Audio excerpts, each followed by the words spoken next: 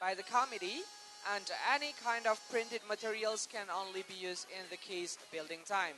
After two participants with the same topic have delivered their speech, the judges will given one same questions for both participants and must be answered within 2 minutes for each. That's right, and this round will determine who get to the first winner, first runner-up, and second runner-up of our speech competition. And the adjudicators are already here. We would again welcome you, Mr. Ono W. Purbo sebagai advisor of cyberkreasi and internet expert in Indonesia. Also, Mas Fahriza Daniswara, Project Officer Partnership in Center for Digital Society. Welcome to IREC 2018. Also, Ms. Rizky Amalia as the English tutor in IONS Education. And our mahasiswa berprestasi from Hubungan Internasional Universitas Gadjah Mada, Elianti Priyanka. Welcome to the IREC 2018. That's right. So we will proceed to announce the names of the participants who reached the grand final of the speech competition, Kaisar. All right. And so, with the theme of personal data protection, our first contestant coming from SMA Swasta Methodis 2 Medan, she is Cynthia Hugo. Okay. From Cynthia Hugo with the theme of personal data protection, the time is yours.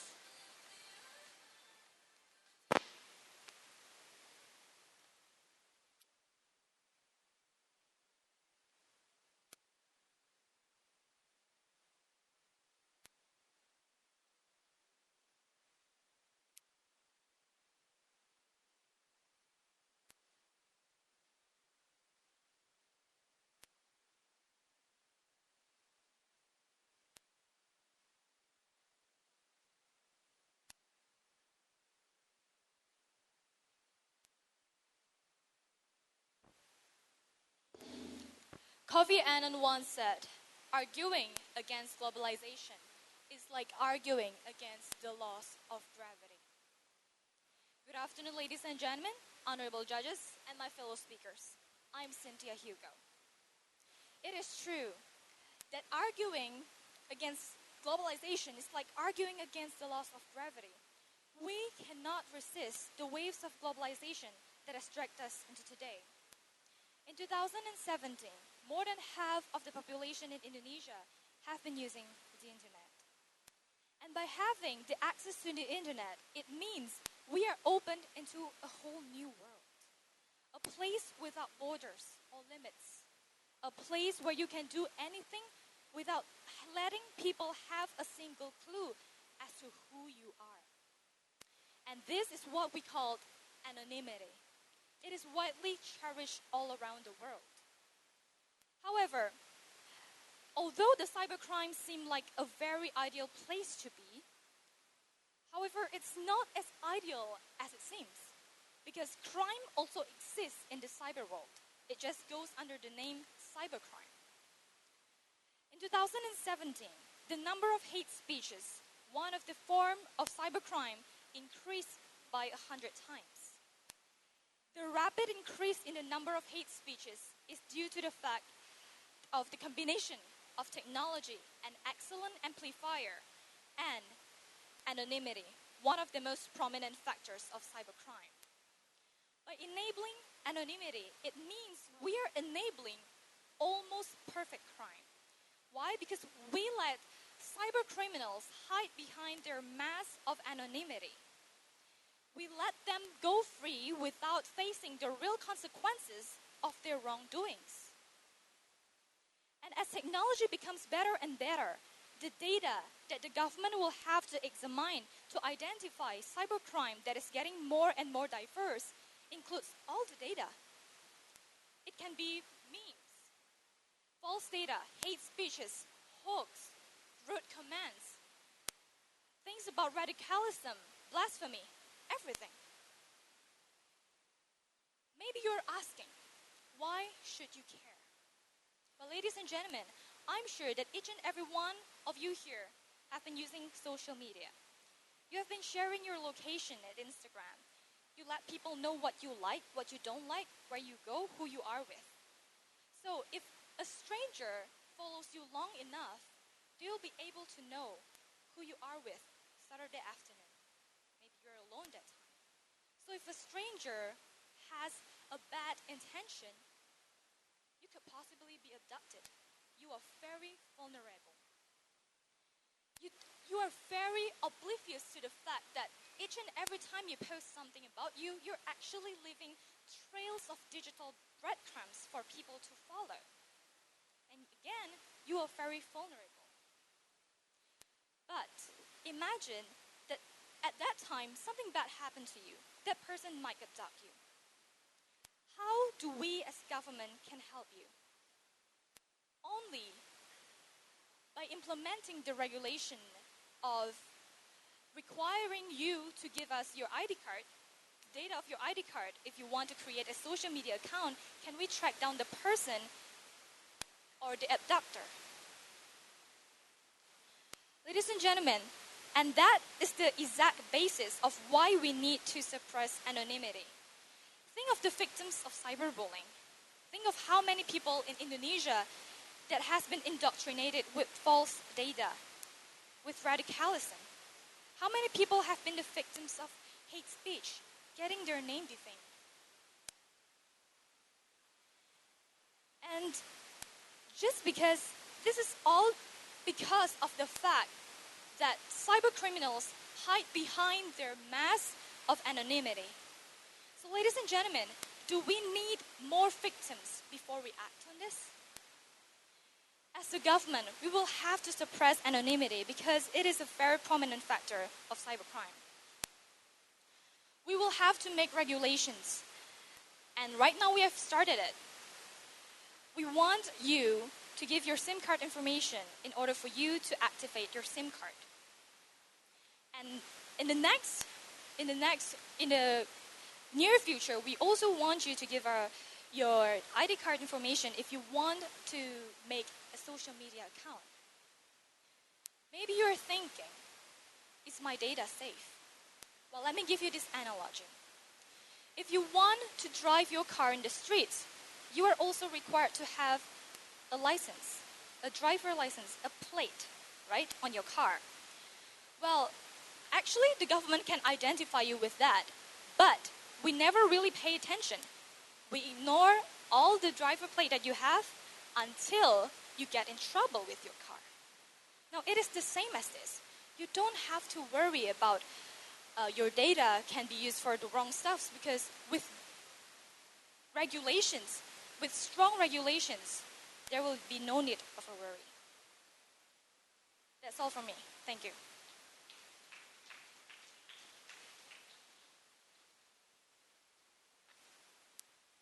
Thank you, Miss Cynthia Hugo. Give it a round of applause for Miss Cynthia Hugo. Wow. All right, you may get back to your seat. That was really interesting. That was really good speech, actually. Yeah, I love that's the right. accent.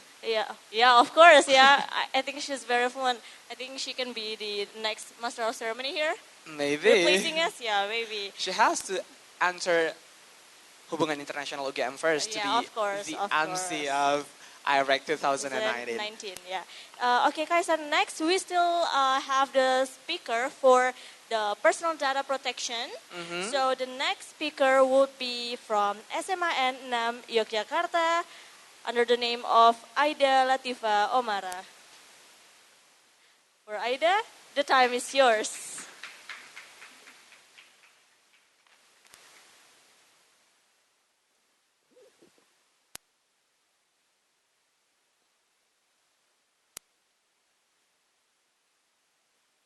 What's your name? How old are you? Where were you born? Where do you live? If I, a complete stranger, came up to you and asked you those questions, would you answer them? Okay, let me try something else. Who are your parents? What are their names? Where were they born? When were they born?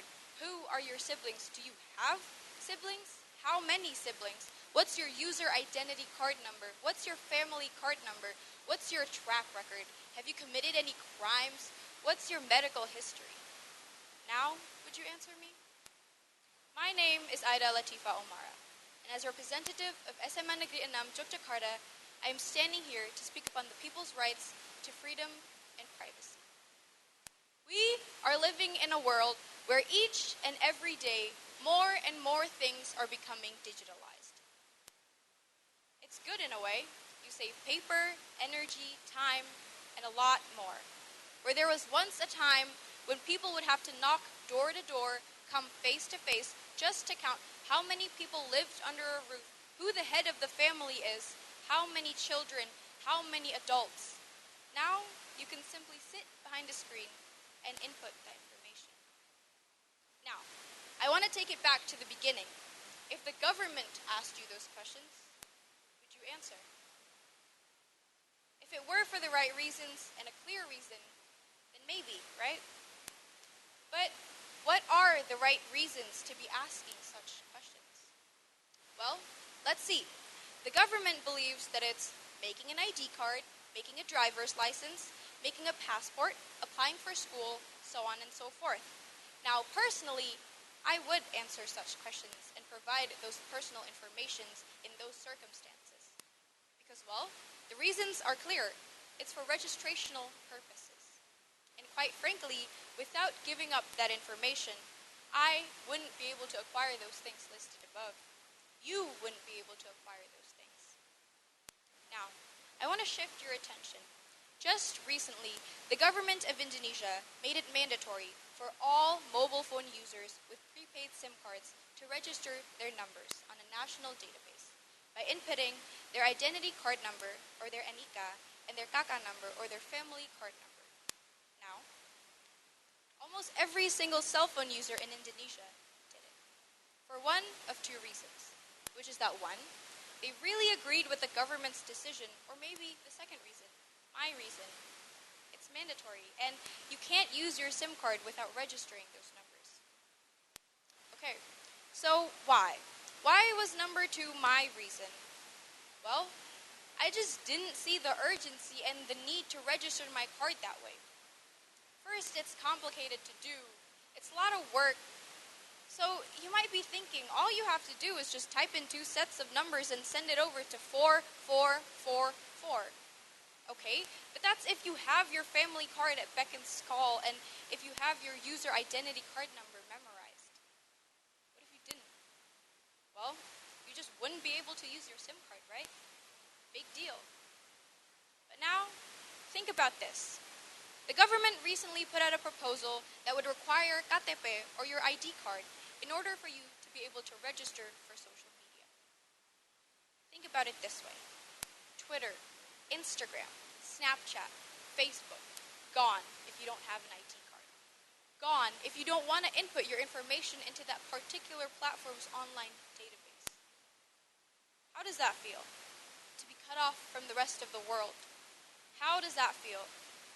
To have your right to information, your freedom of speech, your freedom of expression ripped away simply because you don't want to give up your personal information. Now, I don't know about you, but personally I think that's wrong. I think it's unfair, and I believe that the government has no right to do that. No right to take away your rights. Get this, by taking away your freedom to easily and freely register for a social media account, the government is taking away some of your human rights. Your rights that are guaranteed by the law. Let's look at an example. Your freedom of speech, which is protected not only by the local laws present here in Indonesia, but also by the UN's Universal Declaration of Human Rights, which states, and I quote, "Everyone has the right to freedom of opinion and expressions. This right includes freedom to uphold opinions without interfere and to seek, receive, and impart information and ideas through any media and regardless of frontiers." Ladies and gentlemen, in today's digitalized world, your most prominent and accessible way to access freedom of speech is social media. Gone are the days where people take to the streets to express their opinions. Okay, maybe they're not gone per se, but the comment section and the retweets, the subtweets, and the replies to Donald Trump's recent tweets are far more crowded than the streets today. Am I right? Ladies and gentlemen, these rights are human rights for a reason. They must be protected at all costs. Ladies and gentlemen, know your rights. Understand your value. My name is Ida. Thank you very much.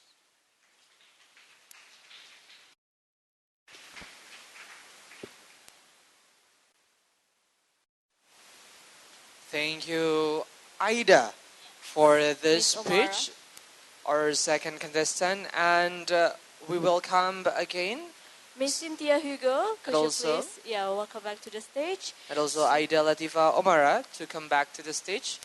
We're about to have question and answer sessions for each of you, and please, our educators, who will give the first questions. All right. Yes, thank you.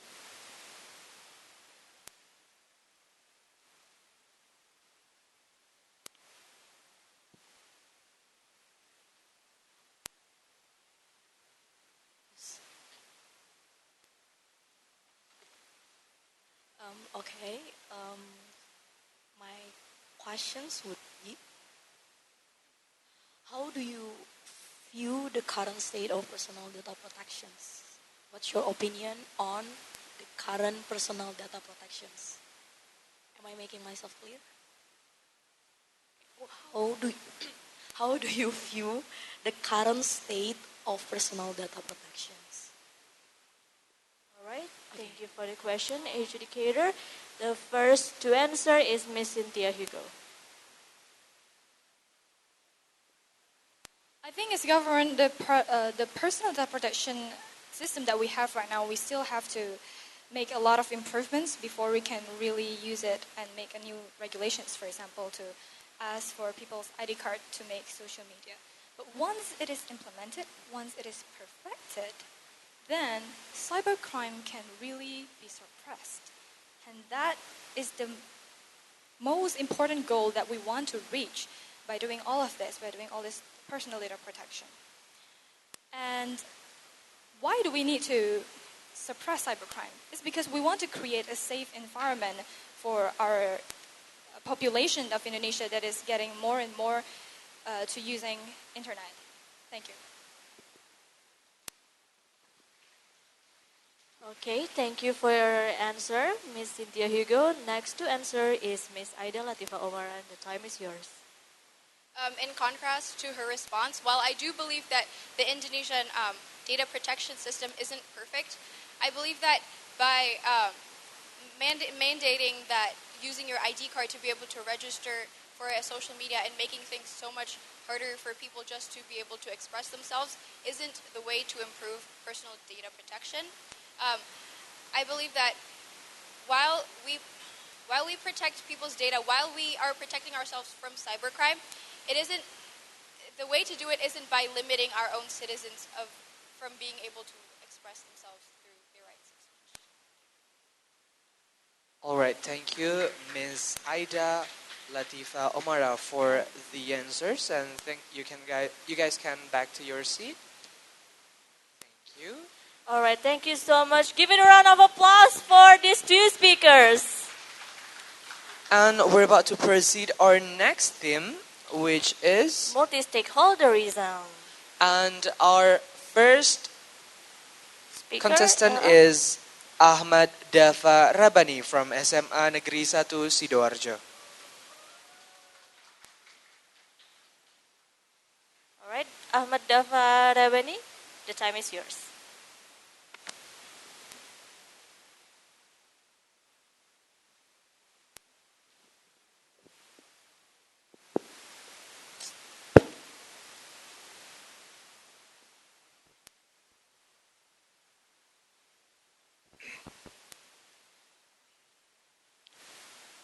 Honorable speakers, considering efficiency in pursuing the national interest, we will bring the internet governance obligations to governments only.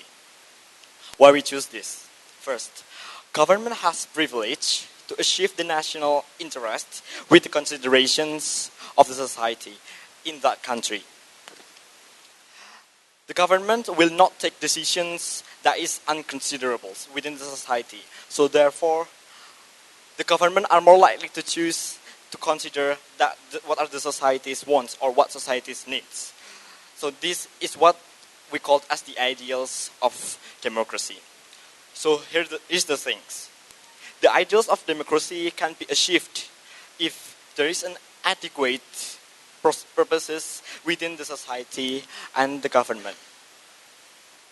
In this case, we want to decrease the problems that will be produced within the government that have same privilege and same obligations to finish one obligations. So therefore, the obstacle that we meet to achieve the national interest can be decreased unequivocally. Several years ago, Donald Trump had bought the metadata of their citizens in order to know what their citizens' habit, what is the citizens' habit, and so on and so forth. These examples makes government to easily provide what the society's needs, what is the needs of the society. It's shown that it will not make government will be more autocracy or something like that, because the effort that have been done by the government will back to the society as well. So therefore, if we have one highest government that cooperate, that manage all of the inferior, it will be more efficient to achieve what nations needs. To prevent the statements that have been done for me, I have a preventive mechanisms. Firstly, the contributions of NGO. Well, in this case, you may say that non-governmental organizations must do an effort or contributions to this case. We disagree with this statement. Why? It is because their ability to engage inside the government of things. There are lack of knowledge, there are lack of ability that will able be used when you take a same obligations and have same privilege with the government. So therefore, this NGO will not take part of the process of achieving national interest. Second, government dismiss the society by forcing and other forms of dismissing. We unjustly justify this because people who are work in government are also from the people who are coming from society of that country. We can say that as a representative of that society. So cases like dismissing society are less likely to be happened. Because as a representative of a society, government will also consider what are the society's needs or what societies want and their interest. In addition, government must fulfill their obligations, including what are the society's needs, including what is the interest of the society. So therefore, this government will not only take decisions within their government. Third, starting to acknowledge another stakeholder. Back to the what of our purposes of pursuing national interest, this kind of mechanisms will not work properly and nicely. Why? It is because we need one governmental organizations to organize with the consider of society's want. If we use systems that allowed a lot of stakeholders to take one obligations, that the national interest cannot be achieved and cannot be achieved on our goals, because they will be driven by a lot of people who have same privilege and a lot of interest within the same level. It will produce a lot of human problems that has no limit to be solved. As the result, if we need to achieve the national interest, we need one highest stakeholder to operate and manage all of the inferior. So therefore, we have less bureaucracy to achieve what nations need. That's all for my speech. Thank you.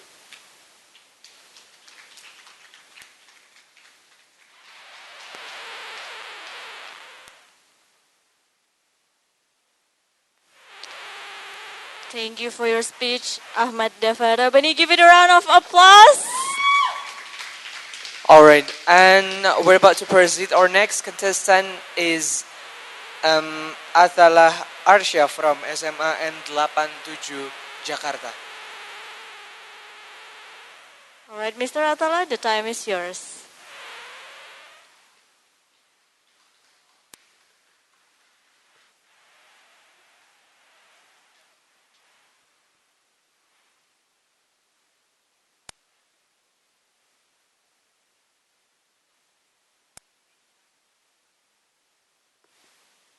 In China, there are 235 million people who are involved in active internet using, which makes up about 17% of the entire cyber population.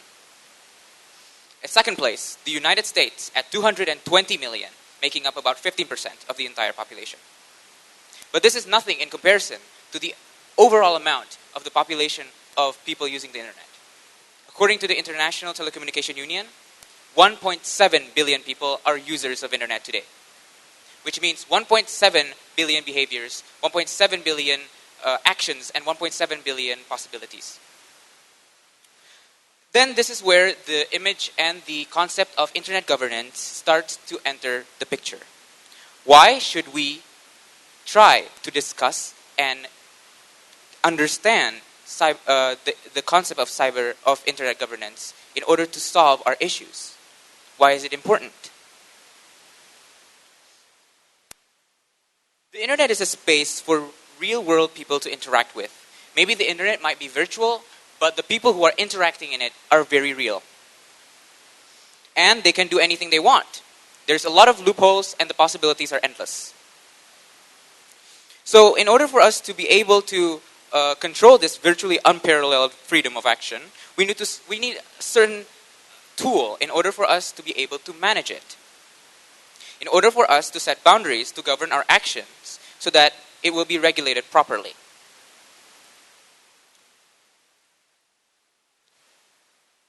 But why is global governance something that we should apply instead of full government governance? Global governance, unlike the views of our government that feels that it should solely be governed by themselves, the internet and the network isn't exactly a space where the government really has power over. It's a global network where various people of different nationalities come together to discuss opinions and put their differences aside. So it is okay for the national governments to govern a certain policy within the issues in their country of internet governance, but in an overall sense, internet governance is an international and global issue. Governments, which are composed of civilians appointed to represent the people, or in short, democracy, in order for them to create regulations, decisions, and policies, are established on the behalf of the interest of the people. So, in order for us to integrate the social and the civilian society into making decisions for the internet governance, it's like implementing democracy in itself. We're helping to decide whether this is good for the greater majority, for the collective majority. And then there's also the concept of multi-stakeholderism. The concept of multi-stakeholderism does not only represent reality, it gives a rise to expectations, objectives, and benchmarks. It is the inclusion of multiple parties to collaborate for a global representation with three main implementations.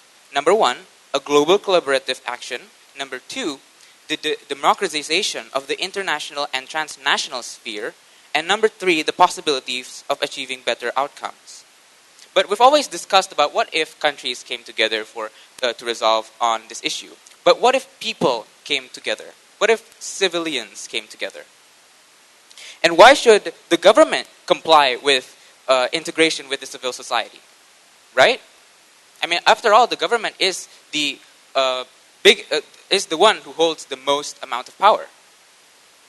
If the people uses the decisions that the government, for example, if the government has stated that we don't agree with hate speech and hate speech should be criminalized, we as the people should demand justice in order to go against against the criminalization of hate speech.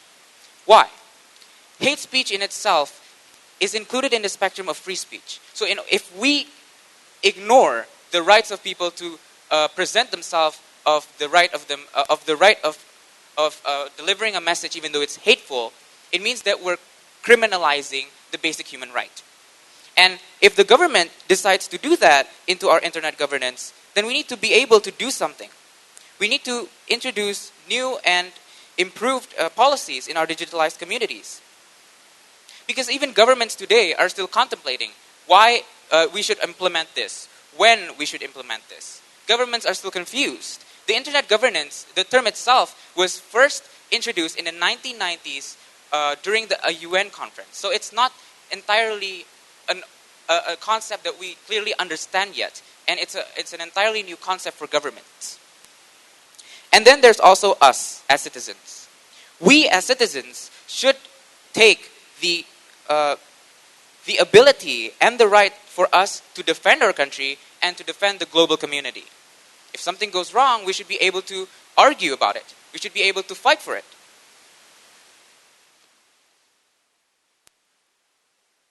And then about governments again.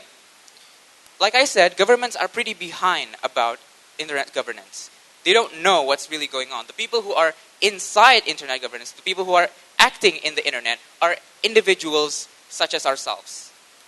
Individuals that have different opinions. So, in a short way, governments are about 100 steps behind the development of technological civilizations. If you ask me, it's a pretty bad sole proprietor if we want to make the government the sole person in order to govern this. If we incorporate the civilians into making decisions, we will not only save time, but we also save efforts, and we also save capital, the money that is involved in actually applying internet governance policies.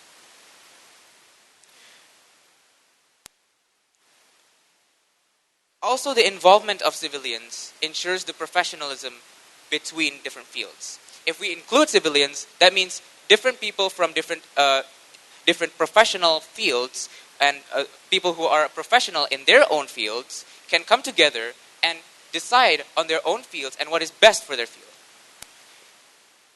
So by that, I think we should be including civilians, and we should also be including national non-profit organizations in order for us to come together with a resolution that represents the entire majority, that everyone could agree on, that everyone can embrace.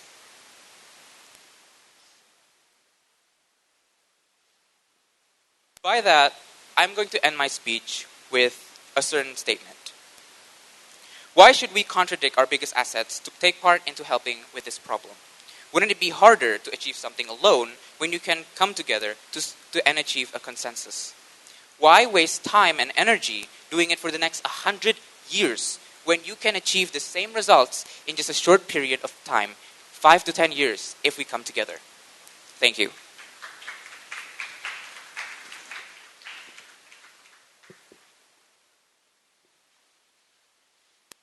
Thank you so much, Mr. Atala.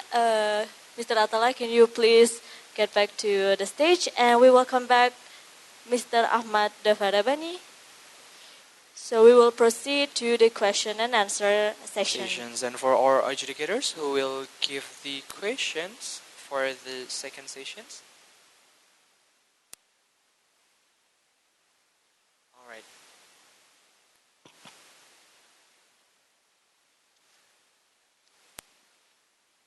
Ms. Fahriza Deniswara is the Project Officer Partnership in Center for Digital Society, Fisipol UGM, will give the questions, please. Okay, here's the questions. How do you see the current state of internet governance in the world? Is it tend to be dominated by the government, or it start to include more and more actors from both state and non-state actors? Thank you. Okay, thank you for the question from adjudicators. So, speakers, we will give you 2 minutes to answer the question. The first speaker would be Mr. Ahmad Davarabani. I think if we included all of the state or all of the governments, more governments inside this, it will produce a lot of problems instead of doing something properly. We say this, it is because if we do, if the problems can cooperate are being cooperated by a lot of governments, it will decreasing the process of their actions. Because why? It will increase the interest inside this problem. So can't be done properly and can't be done unequivocally. Thank you.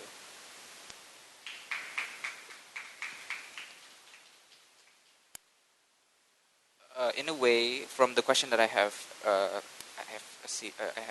understood from you, is that as of now, I think the government is much more prevalent in governing the policies of the internet governance itself. However, indirectly, I believe that it's always been an indirect collaborative effort between different parties. I mean, usually there are different private enterprises or different sections of our communities that have their own policies when using the internet, which is not governed by the government. And in a way, even though this has no correlation within helping the internet governance itself, if the government would invite these people in order for them to reach a consensus, it would be better for the entire majority, because by then, not only the government will be advantaged from these perspectives, they will also prevent the possibilities of people going against the policy itself. Thank you. All right, well answered by our speakers. Thank you. Very nice. Thank you, speakers. And please get back to your seat. Okay, next we proceed to the last topic, which is access to knowledge. And our speakers, the first speakers is from SMA Negeri 1 Semarang Pura. She is Ketut Wulan Ari Kartika Arda Putri. Okay, to Ketut Wulan Ari, the time is yours.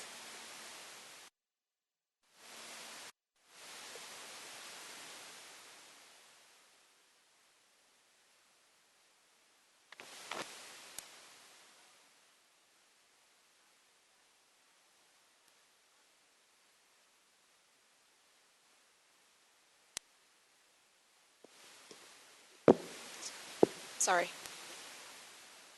I'm in 12th grade and I've been studying science my whole year of high school. And yes, I can explain to you how plane works. I can explain to you why the space is infinity. I can explain to you why these astronauts have to wear a specialized helmet when they are exploring the space. But I couldn't. And I don't want to. Because to be honest, I would have no idea if you tell me to drive the plane. I would have no idea what will actually happen if these astronauts suddenly throw their helmet away.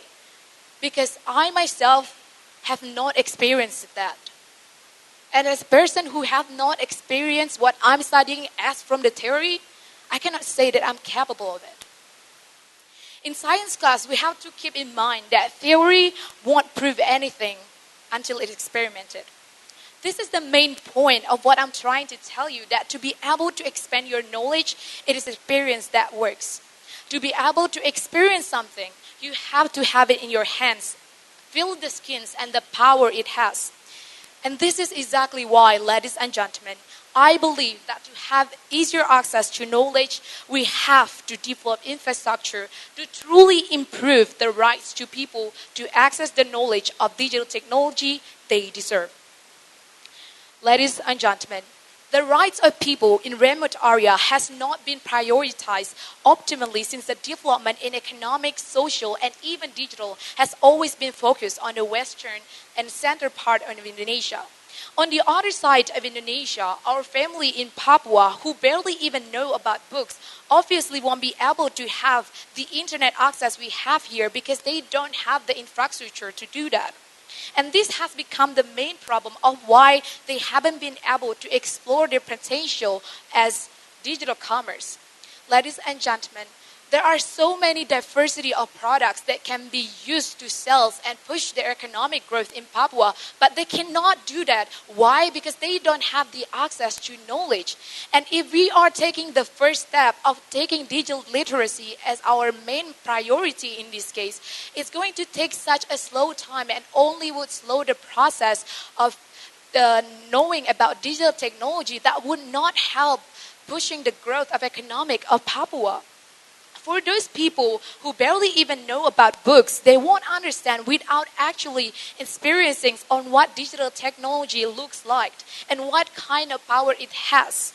The faster the developing in infrastructure, the faster it is for those people to be able to utilize this technology, to be able to practice, to utilize this technology to help their economic growth. Ladies and gentlemen, I believe that digital literacy cannot be done without having the infrastructures taking the first step. Digital literacy, in this case, without building the infrastructure first, could only let their adopters to imagine how or what digital technology looks like or how it shapes. Of course, it would tell you about Google Chrome, but when you try to access it, when there is no infrastructure development, there will only be dinosaurs jumping around, so they won't have the chance to actually know about digital technology. Ladies and gentlemen, I do believe that by having the development to be focused on infrastructure, we can make an equal line between people who have the chance to learn about digital technology.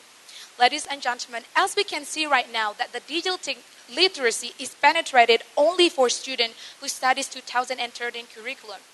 It means that right now only limited people can access the knowledge through digital technology. Meanwhile, people who would most likely use the most out of this knowledge is not only students but also youngsters, economic people, middle age and startup business people. Every single one of those people who have the same right to have the access of knowledge to digital technology. By even creating a greater impact for not only themselves but the economic growth of region and Indonesia. By building infrastructure first and use it as a public facilitation, we can draw the line of equality as everyone could utilize this regardless forever who they are. They could learn by themselves and how these infrastructures would also support digital literacy after it was built and ready to use, because after that we would have the guides to guide people to utilize this technology. And only by then, when the infrastructure built and ready to use, digital literacy can work and support these people to have the access of knowledge, the digital technology for what they aim and intend it to be.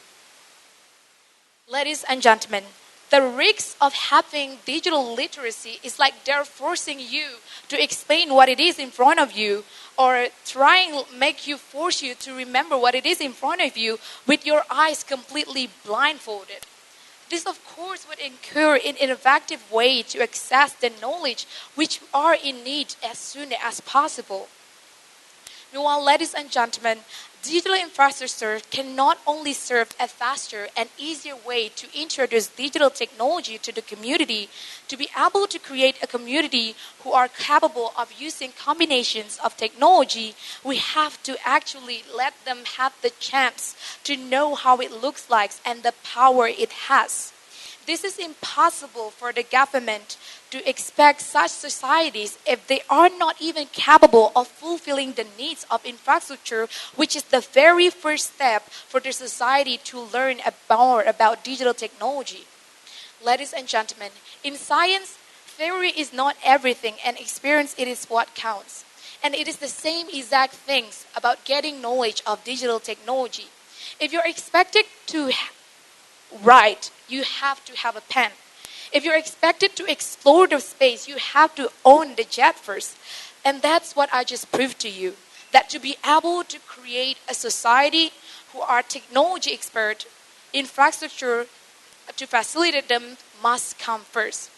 Besides, ladies and gentlemen, trying to learn digital technology without computers but using books sounds ironic, no? Thank you.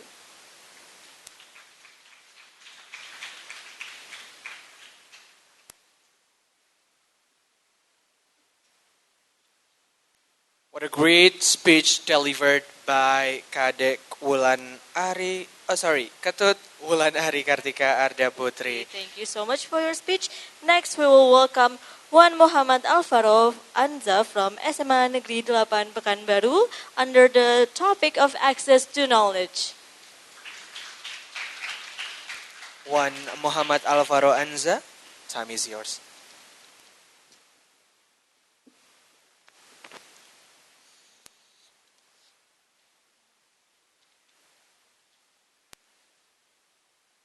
Ladies and gentlemen, bear with me.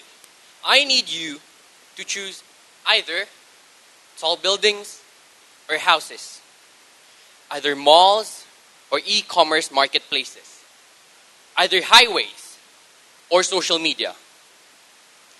Now, if you chose houses, e-commerce, and social media, well, you choose prioritizing digital literacy, which is the correct idea.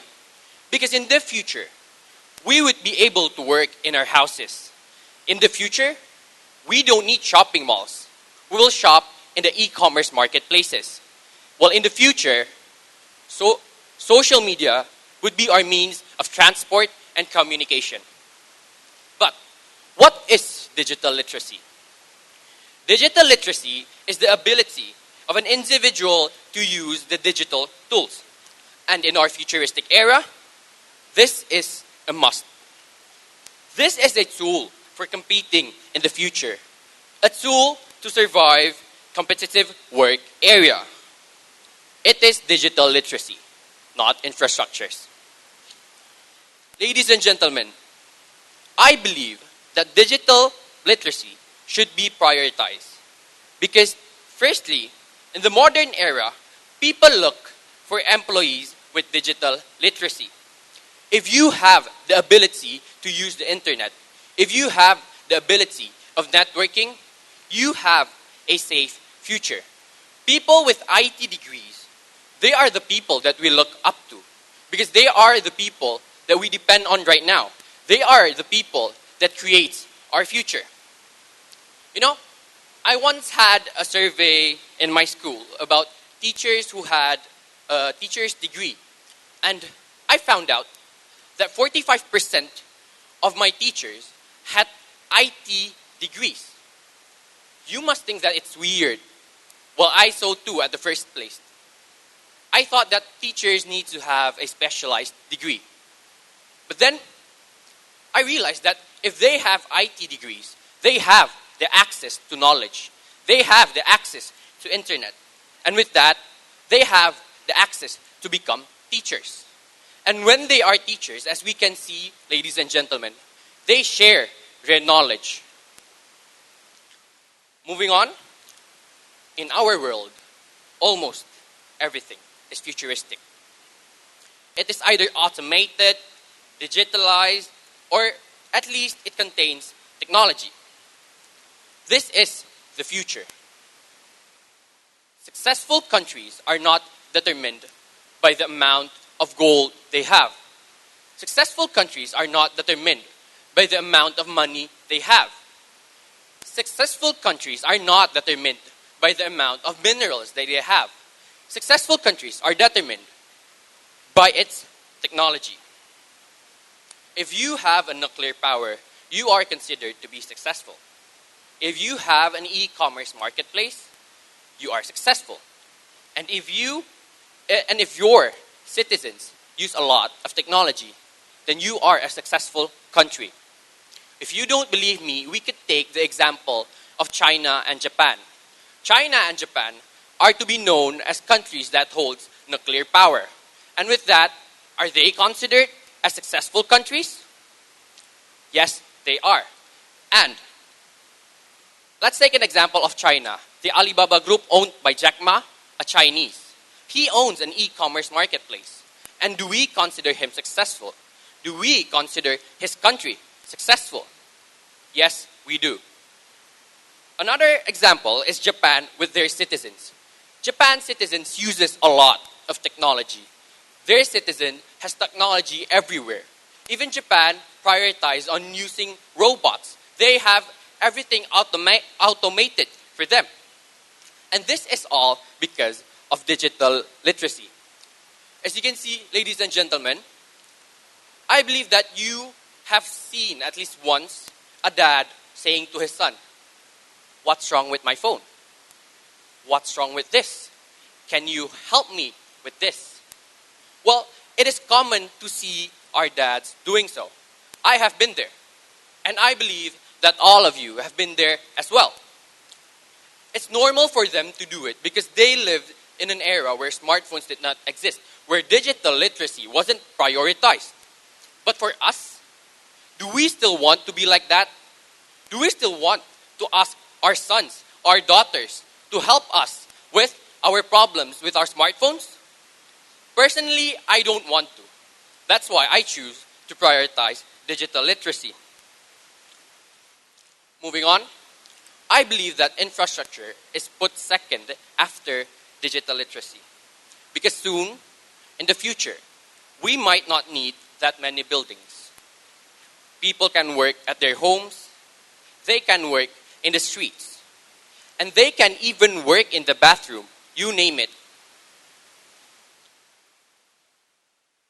It is all thanks to digital literacy that has given us the gift. Now, if we were to develop infrastructures instead of digital literacy, could we have achieved that? Could we be the person we are here right now?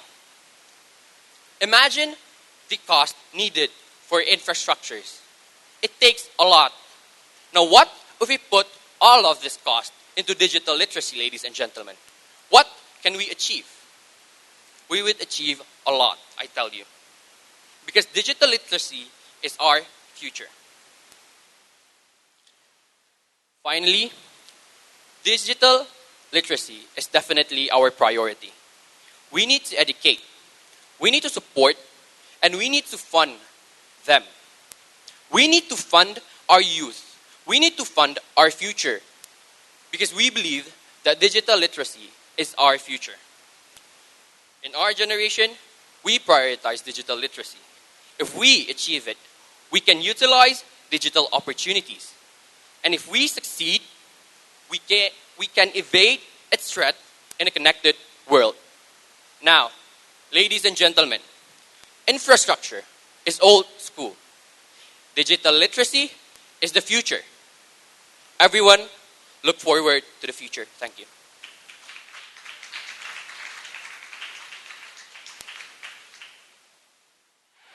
Okay, thank you so much for your speech, Mr. Wan Muhammad Alvaro Anza from SMA Negeri 8 Pekanbaru. And Ms. Ketut Wulan Ari is already here, so it's time to start the question and answer session. So please, our educators. Okay, this is my turn. Test. Hi. So I enjoy both of your talk. Thank you. Before I ask the questions, I like to give you some of background information. We live in Indonesia with very limited resources. For example, the government don't have like unlimited budget, so they have very limited budget. And we have so many people in Indonesia, 250 million people. We have 240,000 schools. And currently we have only 45,000 ICT teachers. And out of 45,000, only 25,000 is certified. This is the ICT teachers. And we have 240 schools. So we don't have that much teachers, basically. Okay, now, to make your life difficult, the question is very simple, basically. I need only like 1 or 2 words only. So knowing the background information, we live in limited country like this. What would be the most single, I'm not asking many, I only asking single important activity or policy should be implemented to achieve access to knowledge. So I repeat the questions. What would be the most single important policy or activity should be implemented to achieve access to knowledge? Both of your position is okay. I don't have any complaint to both. But the problem is when we facing the real world, everything is limited. So what would be the most one single activity that can be very low cost, but with a lot of impact. So impact is important, cost is important. Okay. Thank you for the question. That was such a great question. Such an easy one. Thank you. And I think that, as you say, that we have already built so many IT school, but unfortunately, we still have such a low degree of teacher who are capable of actually utilizing IT, right? So the main problem is probably at how these infrastructures is not complete enough to facilitate these teachers to actually know about this development. And I think that building another school is not it should not be the main result, but to improve the quality and also improve the complete infrastructure inside the school should have been able to solve the problem of how teachers can actually use their degree and can be a qualified teachers to have Indonesia as a country who are expert in digital technology, which can improve our economic growth socially and digitally. Thank you. Thank you. On your point, sir, I believe that the cheapest and the one of the easiest way that has no cost is to change people's mindset, because I believe that right now Indonesia's people mindset thinks that technology is not the future right now. They think that using smartphones is negative. They think that if we use smartphones too much, it's negative. And that results in people not wanting to be IT teachers or maybe IT experts, because they think that there will be smaller workplace, and with that, I think that we need to change the mindset. Thank you. Alright, thank you Ketua Dualan Ari Kartika, Arda Putri, and Wan Muhammad Alvaro Anza for the answers. Alright, ladies and gentlemen, that is all for our speakers and question and answer session for this speech competition in grand final of IREC 2018. We would like to say thank you so much for our educators for doing a really great job here. They asked a lot of great questions, right? And the answers are very, very mind-blowing. Yeah. And contestant, this is the time for the educators to deliberate to choose the second runner-up, first runner-up, and the one who has chance to enter the grand champion. That is right. So we would like to let our educators to move, right? To move, where do we have to look? Okay.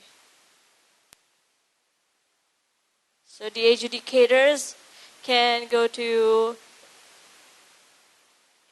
Okay, so this venue will be used for another competition, which is storytelling, guys. So the adjudicators can please leave this room to further discuss about the winners from that speech competition. Obviously. And once again, we give a round of applause for our contestant and all the adjudicators contribute to the speech competitions. International Relation English Competitions 2018. Yeah, that was a really nice competition, a grand final speech competition, right?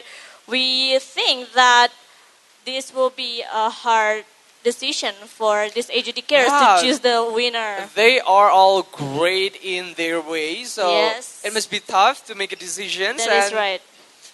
Well, actually, Angie, after this, we have, as you said before, that we have our next agenda, which is the grand final for the storytelling.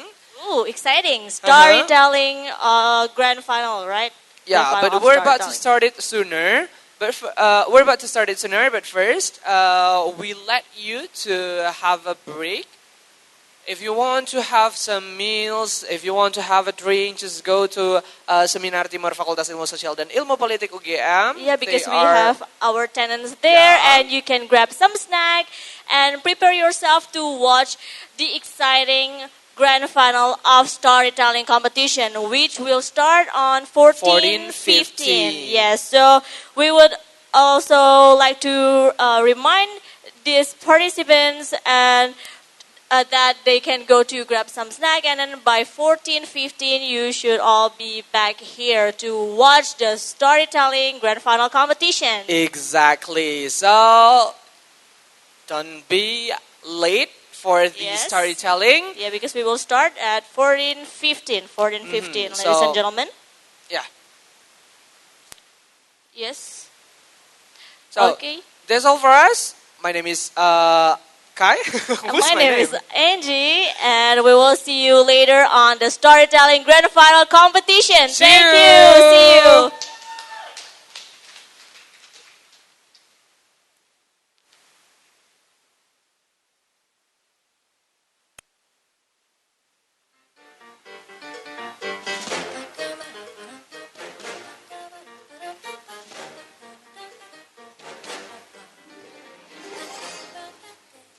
I left him at a Greyhound station west of Santa Fe. We were 17, but he was sweet and it was true. Still, I knew what I had to do. 'Cause I just knew summer Sunday nights. To our seats right as they dimmed out all the lights. A technicolor world made out of music and sheen. It called me to be on that screen and live inside each scene. To my name, octopus, here I came. Could be brave or just insane. We'll have to see. 'Cause maybe in that sleepy town, I'll sleep one day. The lights are down, you'll see my face and think how he used to know me. These hills I'm reaching for the lights and chasing all the lights that shine. Lights that shine, they let you down. Get up off the ground. The morning rolls around and it's another day of sun. I hear them every day. The rhythms in the canyons that'll never fade away. The ballads in the bars left by those who came before. They say we gotta want it more. So I bang on every door. And even when the answer's no, I'll remind.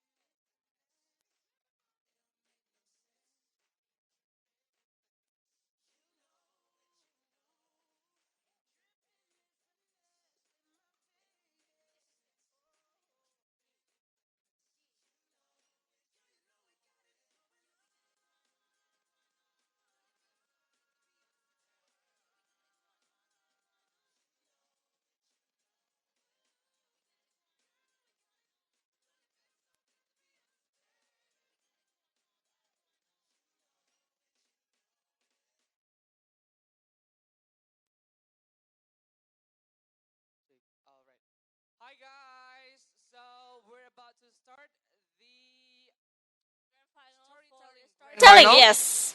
in 5 minutes. So please go gather in this main plenary That's in right. Telasar Barat, Fakultas Ilmu Sosial dan Ilmu Politik, Universitas Gajah Mada. So, Kaisar, we are seeing these people coming here, alright, because it's a little amount of people here, and we will start in 5 minutes, so better get going, better get here. obviously, and Right. all the speech contestants are welcome to see our velas from storytelling competitions. Yes. So grab your seat, grab your meals, and see how the game. It's gonna get going, yes. That's right. So the most interesting part from this competition again is I'm telling you, this is very exciting because it's the people here, the finalists for the grand final competition for storytelling is going to fight for the grand champion.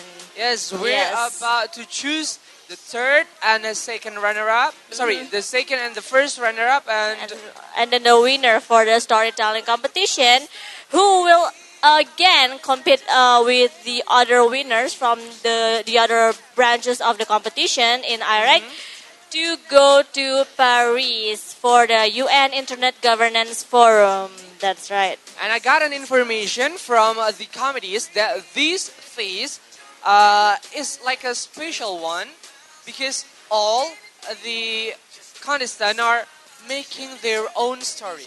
Okay, making their own story. Oh, we see them rehearsing in the back of the stage. That's right. Uh-huh. I think it's gonna be exciting. Yes, and there are five contestants Right. with under the theme of financial technology, cryptocurrency, cybersecurity, artificial intelligence, and smart city. Right.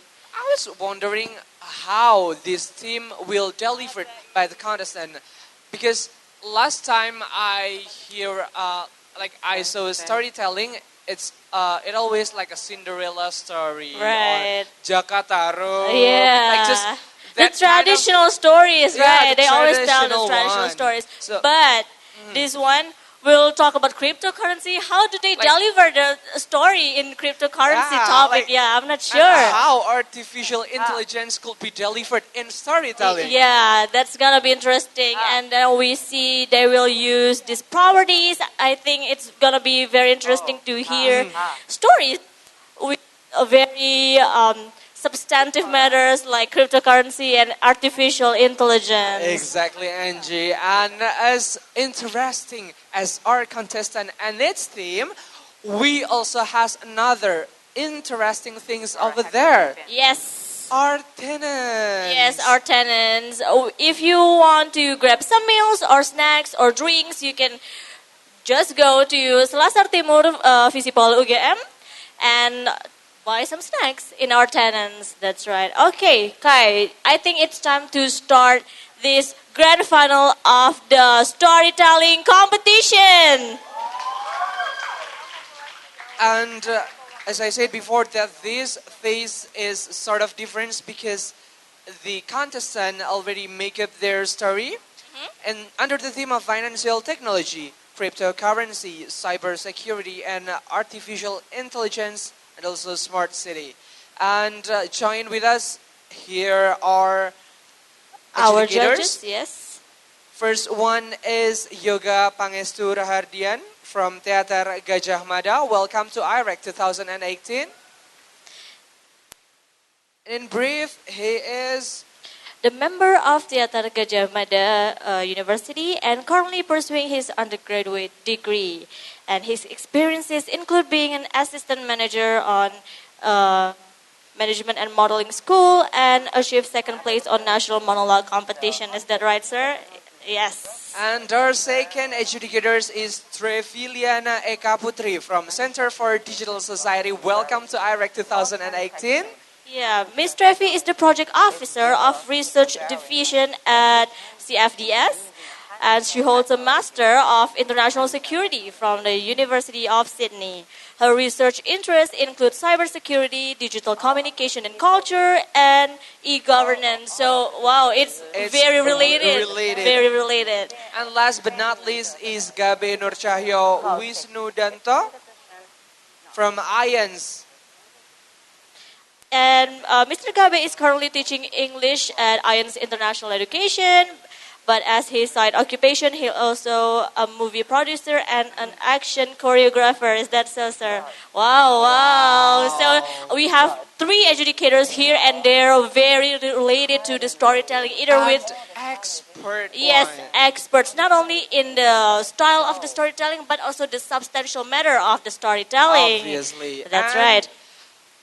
we already have the 5 lists of the contestants for the grand final of storytelling competitions. And the first one joining with us on the stage is from SMA Islam Terpadu Al-Kafi, under the theme of financial technology, M. Zaid Ansari. Said Ansari, the time is yours.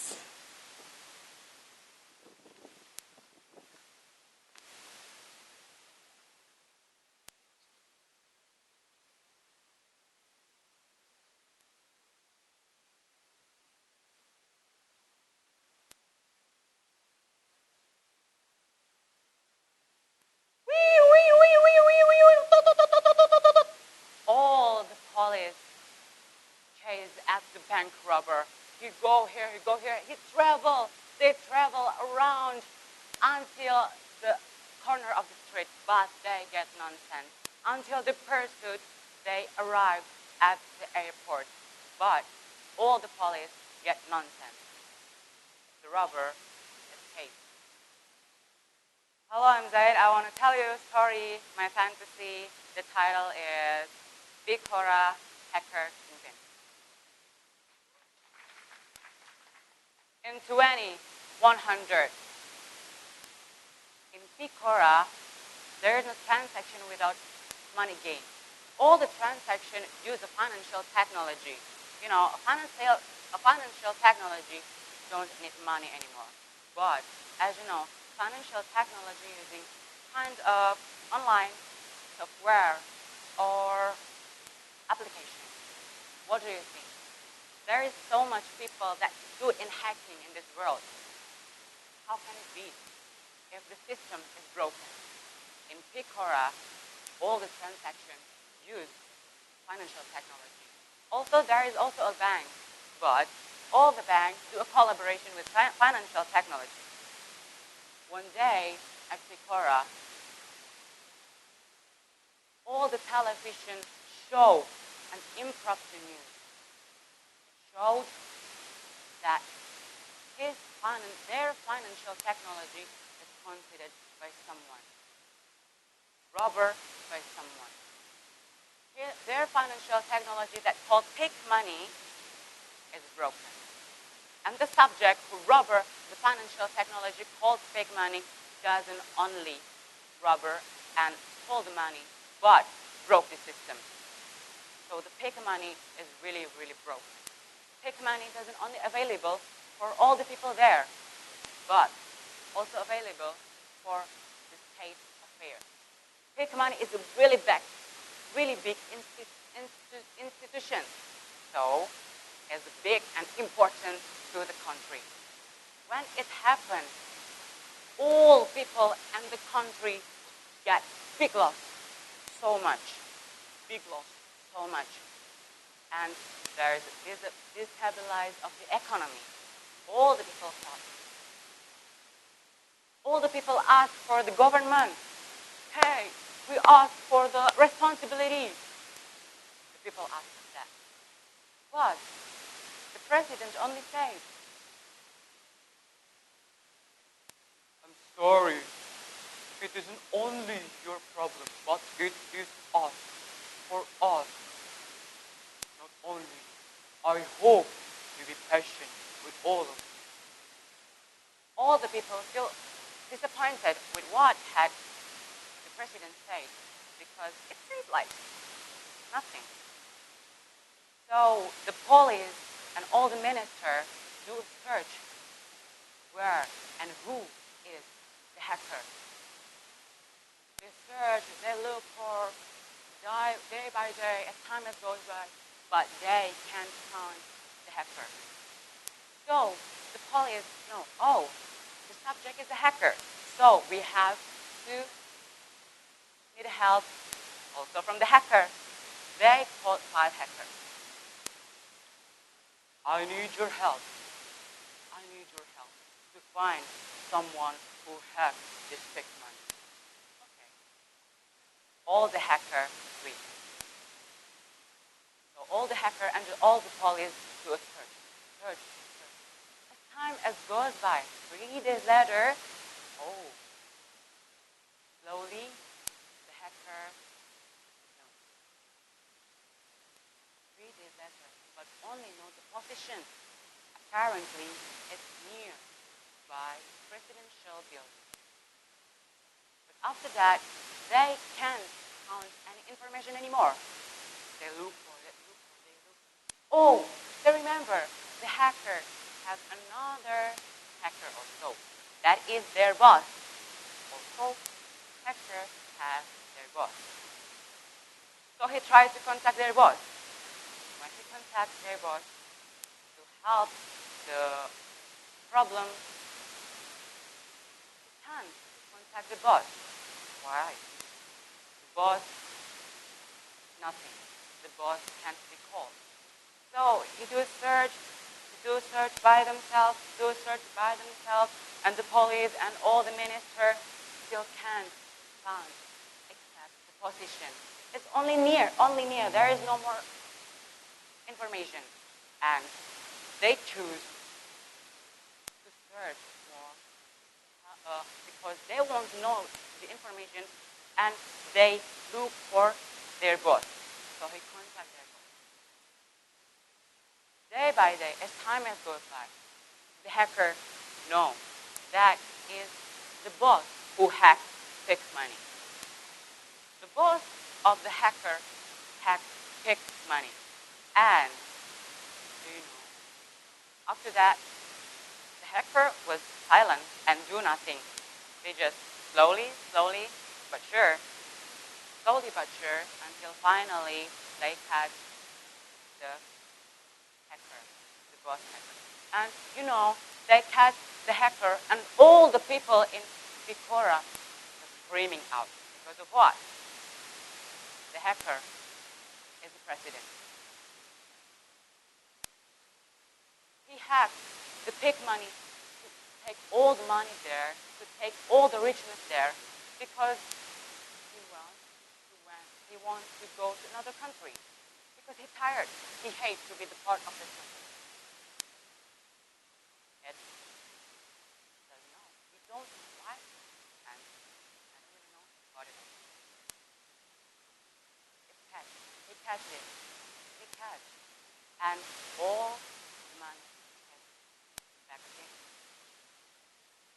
So the president is caught by the minister and all the police, and he got a punishment. As you know, again and again, technology doesn't mean is opportunity to us to bring us to the black hole, but all the technology has to bring us to jump from the black hole and drop into the sunshine. The technology will never be able to change someone that. So you don't need it or use it. Use the technology as needed. So the technology can be something that's useful for your life. Something that you really have to know. Sometimes, in this side, all people use technology as a part of their life. But in the other hand, technology is untouched and haven't touched by someone at all. So who are happier? That's all for me. Thank you so much. I'm dead. I'm sorry.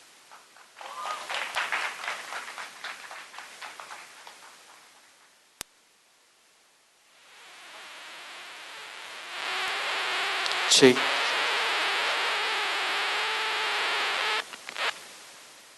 Check. Okay. Oh my god. M. Zaid Ansari from SMA Islam Terpadu Al-Kafi. Give it a round of applause. Okay, check. Okay. Okay. Now we're about to hear some feedback Yes. from our Educators. educators. Yes.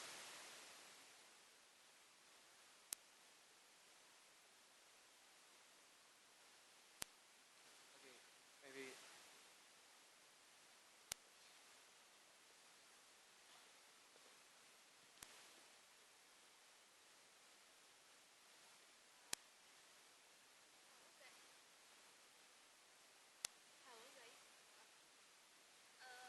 Thank you for the presentation. Maybe I will just give some input on the substantive things. First, you got the topics of financial technology, right? But at the first, you just explained someone hacked the financial technology. But what is financial technology? Like, I know that what you mean here is the cryptocurrency, like online finance. But like, actually, financial technology is very broad, right? Like mobile banking, like application, like investment online, like stock, like doing selling stock online. It's also happening. But you only mentioned financial technology. Like, you're not you didn't mention cryptocurrency for the specific one. So I was kind of confused at first. Like, what did you mean by financial technology? And you also mentioned a lot of hackers, like this hacker, that hacker, and the other hackers. And it got me confused, like, which hacker is this one? But, well, we got the idea that someone hacked these cryptocurrency companies, and it's actually the president, right, that hacked. And probably that is also the missing plot. Like, you just want to end the story. This is the president that hacked the companies, but I don't really see like the logical reasoning why will the president hack this cryptocurrency company. And also, with that being said, that this is a cryptocurrency company and it's also working like multinational, he cannot really escape abroad if he stole the money from the cryptocurrency company too. But overall, the story is interesting, actually. Maybe you just have like very short time to prepare it. That's why it's kind of like in a rush. You just want to end it like that. But it's really interesting. Thank you for your story. Thank you. And the second educators will give a feedback. Hai Zaid, sore. Gimana kabarnya? Kayaknya mukanya tegang banget. Gitu ya. Oke. Zaid, ada kabar baik. Zaid, ini kalau aku boleh kata ya, improve-nya itu smooth banget. Jadi contohnya, ini mungkin ada beberapa penonton yang kurang sadar. Kalau tadi sebenarnya Zaid ini gak kelihatan lupa, tapi butuh waktu untuk ngomong. Nah, caranya Zaid untuk improve ini yang kebanyakan dipakai ini pending salah satunya. Pending tapi dengan ekspresi. Nah, itu bagusnya di situ. Contoh misalnya lagi ngomong apa terus tiba-tiba Zaid berekspresi. Ekspresi seolah-olah pengen mengungkapkan sesuatu tapi padahal di situ kamu mikir. Dan itu nggak kelihatan lupa. Nggak kelihatan. Kalau misalkan yang kurang bisa improve itu bakalan mengeluarkan ekspresi yang aduh lupa nih. Tapi Zaid enggak, itu bagusnya. Terus improve-nya lagi adalah pengulangan kalimat terus-menerus. Itu sering banget dilakukan sama Zaid ya. Ya. Tapi orang-orang nggak ngeh kalau itu Zaid berusaha untuk mengingat apa sih yang selanjutnya gitu. Nah, itu bagus banget. Terus yang kedua, aku suka banget sama caranya Zaid bercerita dengan satu titik, terus nada suaranya agak diturunin sedikit, dan muka kamu mendukung soalnya. Gak tahu muka kamu tuh ekspresinya tenang, sejuk gitu ya. Jadi kayak misalkan kamu aku curhatin sama kamu, terus kamu ngasih nasihat. Aku orang yang minta nasihat pasti bakalan iya. Kayak gitu. Soalnya adem dan bisa nyampe gitu apa yang kamu omongin. Itu sih dari aku. Good. Okay, such a good feedback from Mas Yoga ya. Okay, Zaid, grammatical wise, I've found several mistakes where you should have mentioned many instead of much. There are much hackers. Well, hackers aren't that much, right? There are many. And you see, even though it's your own story, you still have to carefully consider about the grammatical, especially when we're talking about tenses, because then it jumps up here and there, so it kind of confuses me a little bit. However, there are several things that I would like to highlight. First of all, you used plot twist in this performance, which is very rare, and you do it by hanging the tension. So you don't let us know that it's going to be. So I'm going to give you the example. That's the president, right? The hacker is the president. That's the moment of reveal. That is actually great. However, it takes a lot of time, and there are many logics that are skipped just to get there. Your story basically is quite compelling because you got not only cryptocurrency, you got cybersecurity, and you got finance, information technology, which basically, it has all the topics that we're giving you, and you churn up into one long story. Well, not really that long, actually, 8-minute story. I like it. That's great. It has the element of suspense, the thrill, and if you would like to create more stories like this, if you haven't, I would recommend you to start watching the series Mr. Robot. There's really good, cybercrime related story there. That's it. Thank you very much. A good performance. I like it. A lot of feedback. Thank you. Positive from all the educators. And Zaid, wait a minute. We would like to, we'd like to ask you some questions. So, okay, take a chill pill. Yeah, relax. Are you cool now? Yeah, okay. Yeah, Kai, I'm so cool now. I'm so cool. Yeah, Zaid, so for this 8 minute of story, how long does it take you to prepare? Only there about 5 minutes. Wow, about 5 minutes. All Five for right. 8. That was cool. Yeah, 5 minutes for 8 minute story. That was really cool. Yeah, is it based on your personal story, or have you ever encountered something like this for the substance of the story? Actually, I get the case and I try to elaborate that with. I try to make the story and I got some what? Yes, from my friend and my teacher. Very supportive. Thank you so much. So Zaid, take a deep breath. Okay, exhale. All right. Yeah, it's good. It's so good. Okay, round of applause for Zaid. Woo. Have a good luck, Zaid. Okay, that was really nice. It was about financial technology.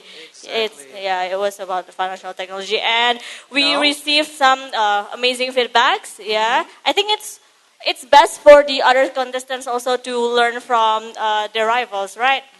Okay, next, Kaisar.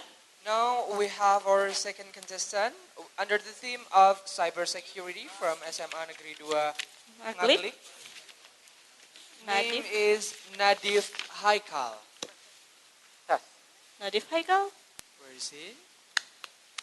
Okay. Okay. Such an interesting things he spoke with. Oh, okay. Properties. Very exciting. Okay, let's welcome Nadif Haikal.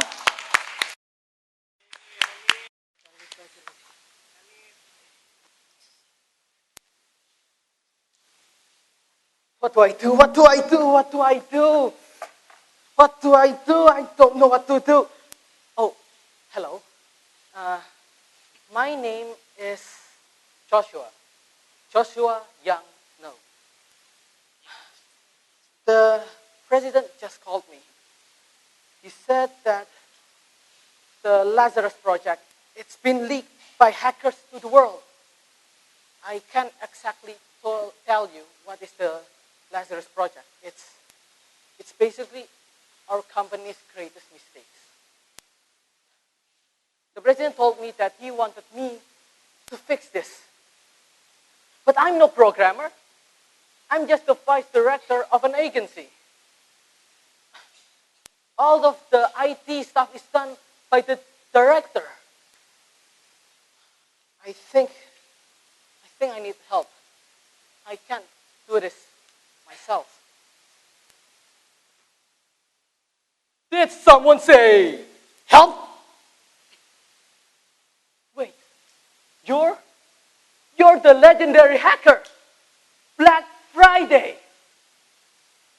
Yes, I am in fact Black Friday, the most legendary hacker who hacked all of the countries in the world. But I am here not to hack you, because that is my old thing. I was paid by your president of your nation to help you, actually. Wait, so you're not the one hacking us?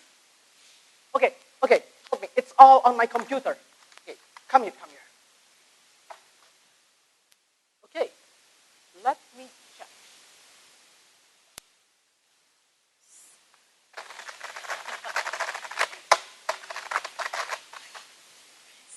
This is interesting. Who hacked this? Who hacked your country? Place a back door, but it's a very different one. What do you mean? Well, a back door is imagine this. All of your country's secrets are in one big room with only one door. And then suddenly a hacker came in somehow. Well, I don't know, but somehow came in, and before he was forced out, he made a hidden door. A hidden door that only he or she can open themselves. And only he or she can know. But I am Black Friday, the best hacker there is. So I know that they put a back door. Well, so I'm asking you, why is it interesting? I know what is a back door. Well, this is the very interesting part, Mr. Snow. If a hacker can get into a room, how did he get in? Did he have a key? Was it not locked? Well, I know that your country is known for its advanced cybersecurity. But how did it get in? Well, I'm the only one who managed to get in, but that's a different story. It's not important. Unless.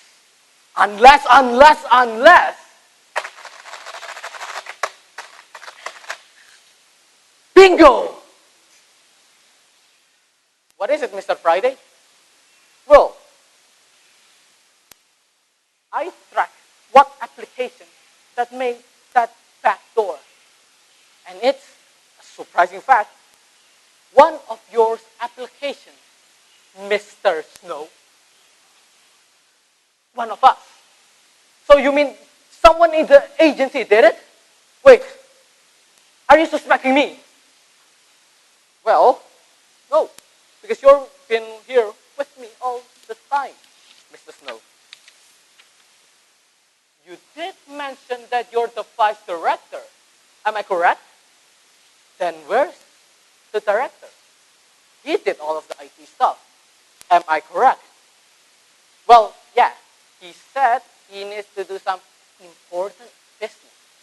But I don't know what it is, so I left him alone, and suddenly the president called me, and here I am. You know what? I'm going to find the director in this office, because I have a hunch. You stay here, Snow. I'm afraid this might be a little bit wild. The director. There are many rooms in this building.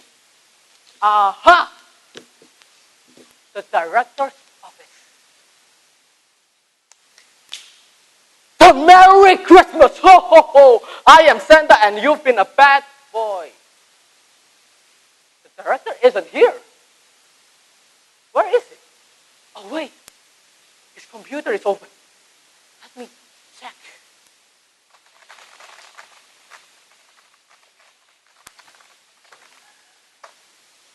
Aha! Black Friday was correct. All of the programs are here. It's still going. But I need to report this to Snow real quick. But let me just... Was that a camera? Well, yes. It is a camera. And I've caught you, Mr. Hacker. I caught you in the action. What's the meaning of this? Snow. It is quite simple, actually. When I heard the president was going to send me a legendary hacker, I know it would be the best thing to hide my tracks and blame it to someone else. So I was acting all surprised. And you're coming? Oh, that is all acting. Simply acting. No. Why did you betray your own country? Why all of this? A reason doesn't have to be so grand. My reason was for money. I need the money. They gave me millions and billions if they told me to leak it. And so I did. I have the money and I am going to be a free man. And I have all the proof with me. I have the picture that you are in the action. So, any last word, Mr. Black Friday?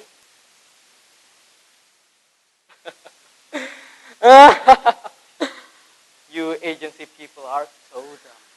The police are coming, but not for me. For you. Because, I have recorded all of our conversation. And I already sent it to the Ministry of Defense. Can you hear it, Snow? Can you hear the sirens? Woo, woo, woo. They're coming. They've broken the door. Yes. Officer, catch that man, please. Right now. You can't do this. You can't do this to me. He's the hacker. I've done nothing. I have proof. I have pictures. No, no. And there he goes. Wait, is this a camera? There's no one to make a better evidence of this. You know what? I'm going to have a little fun. To whoever is watching this, to whoever is listening, I am Black Friday, hacker extraordinaire, the legendary of them all. Listen to me. A crime is a crime, no matter how advanced technology is. So, you will always be caught, except for me. Adios.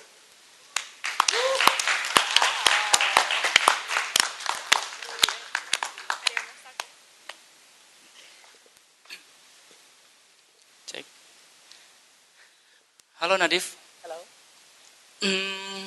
Ceritanya keren parah. Aku suka banget. Gak tau kenapa mata kamu kali ini, round kali ini itu jauh lebih hidup daripada round-round sebelumnya. Lebih ikut dalam bagian storytelling, ikut menceritakan. Kalau yang tadinya kamu bingung, habis ini mau kemana, habis ini mau bagaimana, itu kelihatan banget di mata. Tapi mungkin karena ini salah satu faktor dia yang bikin cerita sendiri kali ya. Jadi kamu tahu habis ini tuh ngapain. Kalau yang sebelumnya kan roundnya itu kamu menceritakan orang lain yang mana kamu tuh harus mengingat, menghafal gitu kan. Nah kalau ini kamu lebih enjoy banget, lebih tenang. Dan aku mau nanya, si Mr. Black Friday ini kamu ambil karakternya terinspirasi dari siapa? Sebenarnya cuma ngasal sih. Oh iya? Wow. Plotnya aku ambil dari mirip dulu pernah baca Conan atau. Oh.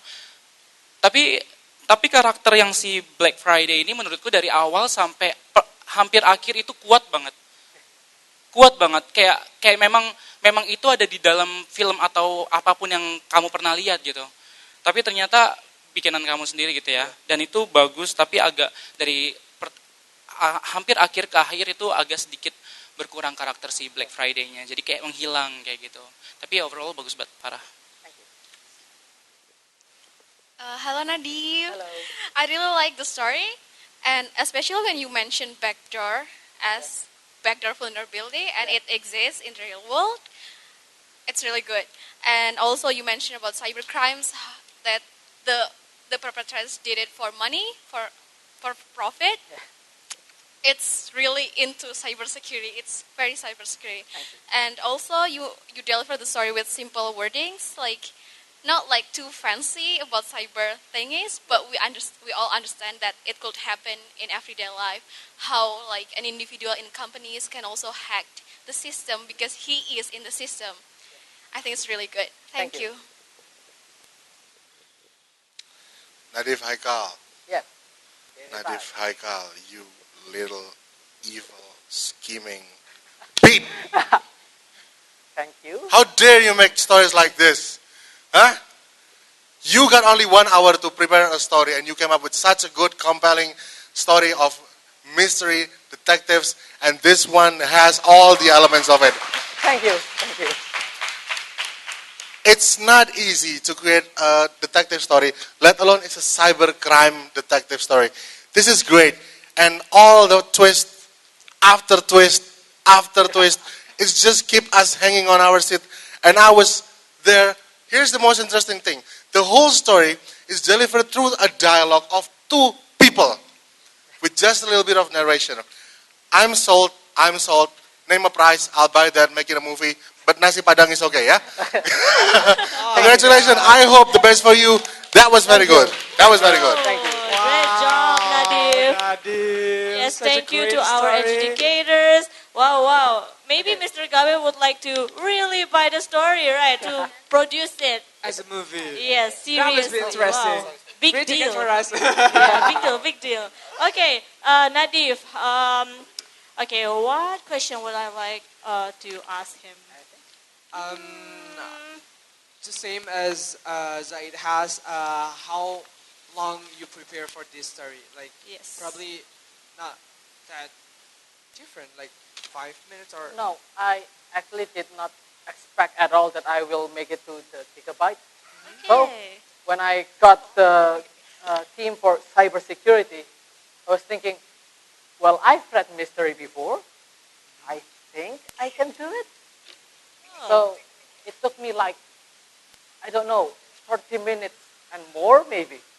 It was very hard to make mystery because I don't want it to make a normal mystery. So I make more ridiculous, and more ridiculous. But it was actually more ridiculous than this. But I just kept calm. And Okay. Nadif.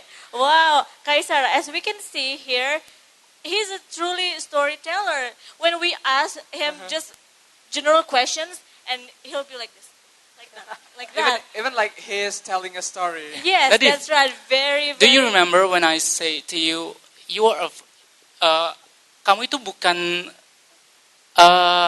yang harus ngelucu, tapi kamu udah lucu. Jadi jangan buat kamu melucu, karena nggak bakal lucu, paham? Jadi kayak tadi aja dengan gerakan kamu yang apa adanya, dengan yang tiba-tiba kayak gitu, itu udah bikin kita ketawa tanpa kamu harus ngelontarin jokes kayak gitu. Jadi jangan bikin kamu ngelucu gitu, karena udah lucu. Okay, I think that's really funny. Another That's really compliment funny. from Mas Yoga. Yeah, thank you. Okay, thank you, Nadif. I think that's all, right? Yeah, that's you can all. go back to your seat. Thank you so much. Oh, of course, Anyway. what a property. Bye. Bye. Bye. Have a good luck, Nadif. Anyway, guys, I'll tell you that you can has a live from all today's grand final. Yes. With the link of youtube.com/c/Internet Sehat/live. Yeah. There you can access the IREC competition.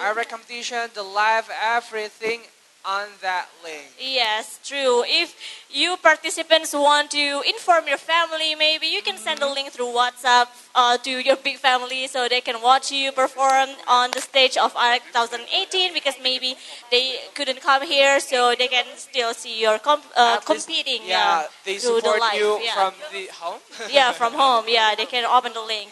Okay, Kaisar, who do we have next? All right, we have under the same theme with Ooh. Nadif, crypto. Sorry, it's Cybersecurity, different. right? No. It's cryptocurrency actually. Oh, Because it's like cryptocurrency. C Okay, and let's see. Y. Okay. Oh, From okay. SMA Negeri 2 Madiun, we have Aurelia Tamirin. Okay, let's welcome you, Aurelia Tamirin. Woo!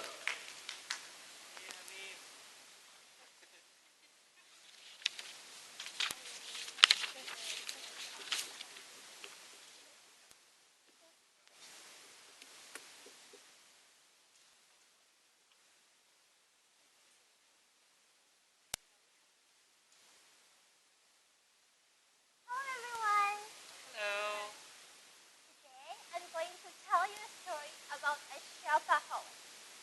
How to survive from debt collectors and pay all of our debt. Fisipol is a shopaholic, and she is a journalist in Finance magazine.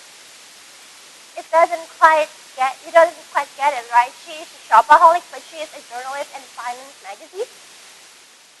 Well, Katie is a famous journalist on her magazine, but she never knows as her real name. She always knows it as the girl in the red scarf. She read a good article about her financial because what? Because she has been through it. She is a shopaholic herself, but she keeps it a secret. She tells others based on her true story, but she doesn't say it to anyone else. Okay, that will explain Kate's secret itself. Kate is a shopaholic who has 12 different credit cards on her wallet, and almost all their credit cards reach their limit. Kate is chased by a debt collector named Alex. Kate lives in her best friend's house named Rose. Rose is the only person who knows Kate has got lots of debt. One day, Rose and Kate got a phone call at their house. They were both so panicked because they thought it was Alex, the debt collector. So then, Kate tells Rose, "Oh my gosh, Rose, you have to answer it. Then Rose finally has courage to answer the phone. Hello? And then the debt collector replied, "Yes, can I talk to Miss Katie?" Then Rose replied, actually, she's not here. She's still recovering after fell from the third floor. Yeah, she has fell from the third floor. Okay, bye. After that, Kate and Rose got so panicked and scared because Kate really needs to get the pay done. They both tried to find a plan to get money in a short time, a huge money, but on a short time. Finally, Kate researched on her phone. She did some research on her phone how to get money in a short time. After doing some researching, Kate then tell Rose, Oh my God, Rose, see this. Rose. Oh my God. Bitcoin is one of the cryptocurrency, and I can actually invest there. Look. Last month, one Bitcoin is only 13 billion rupees, but now it's almost 500 billion. Oh my gosh, I can invest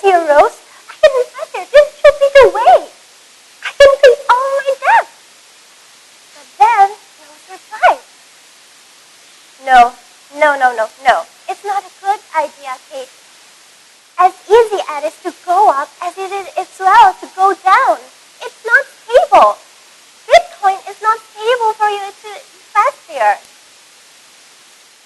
But Kate decided to not listen to Rose's advice. And she then started to invest there. She invested all of her money until the last one there. Then, guess what happened? 15 days later, Kate got an email saying that her money had back with but huge one. It's not the one that you invest. It's become huge. It's growing. Bitcoin rate is growing up. Kate is so happy. She's talking to Rose. Oh my gosh, Rose, see what's happening. Look, oh my gosh, my money is so many. Oh my gosh, what should I do? I can shop online for this. Yes, I should shop on my favorite website. Yes. Kate suddenly forget about all of her debt, like usual. She used almost every money to shop online. The next day, Alex called her again to ask for the debt. Rose and Kaden got so panicked. Oh my gosh, what have I done? Oh my gosh, my money. Oh my gosh, I have used it for shopping. Oh my gosh, what should I do? Okay, calm down. It's okay. I still have some money there. So, by the end of this month, my money will come back and grow. Yeah, okay, it's okay. Don't have to panic. Kate tried to calm herself down, but things doesn't go well as she expects. At the end of the month, Bitcoin rate goes down. Kate doesn't receive her money back. Then she was so shocked and she was panicked. The next day, before she realized it, her debt collector is there, standing in the corner of her working table at the office. Then she talked to Kate. Miss Kate, finally we meet. You have to pay all of your debt now. Then all of her Kate's co-workers and partners listened to that. They were all so shocked and so confused at the same time. What? The girl in the red scarf has debt from her 12 credit card? Kate then go home crying, and she was so desperate because now they all know her secret, that they have debt, that she has debt in everywhere. Oh my gosh, she was so desperate. But what happened next? Her family and best friends come to go and call her at her house.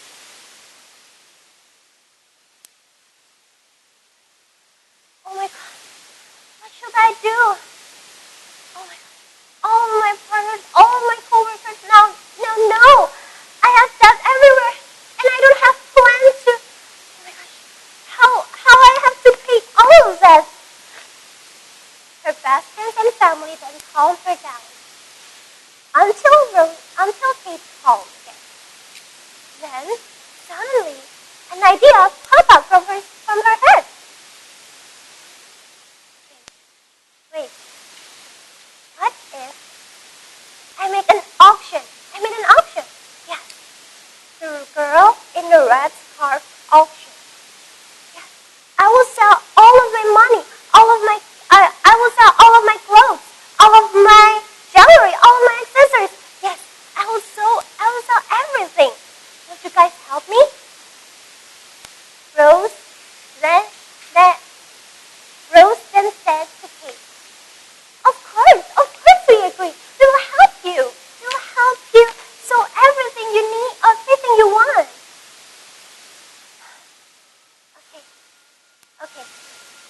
that Kate is very calm again.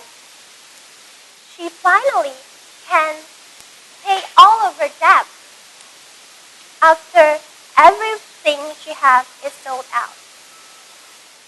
Okay, from this story, we can learn to make our choices wisely and listen to advice from our friends and family. Thank you for your kind attention. Wow, such a cute voices. Yes, the cute voice of Miss Aurelia Tamirin from SMA Negeri 2 Madiun talking about cryptocurrency on her story. Woohoo! Time for the feedback from the educators. The first one gonna give feedback is Okay, Mr. Gabe. Mr. Gabi. Is it okay if it's Adan on the background? I would love if it's possible to have Oh, maybe we should wait. Yeah, is it okay? Hey, you can sit.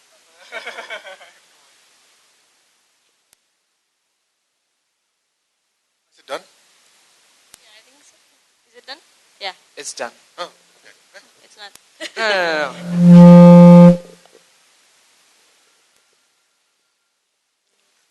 Just a little bit, okay? It's okay, yeah?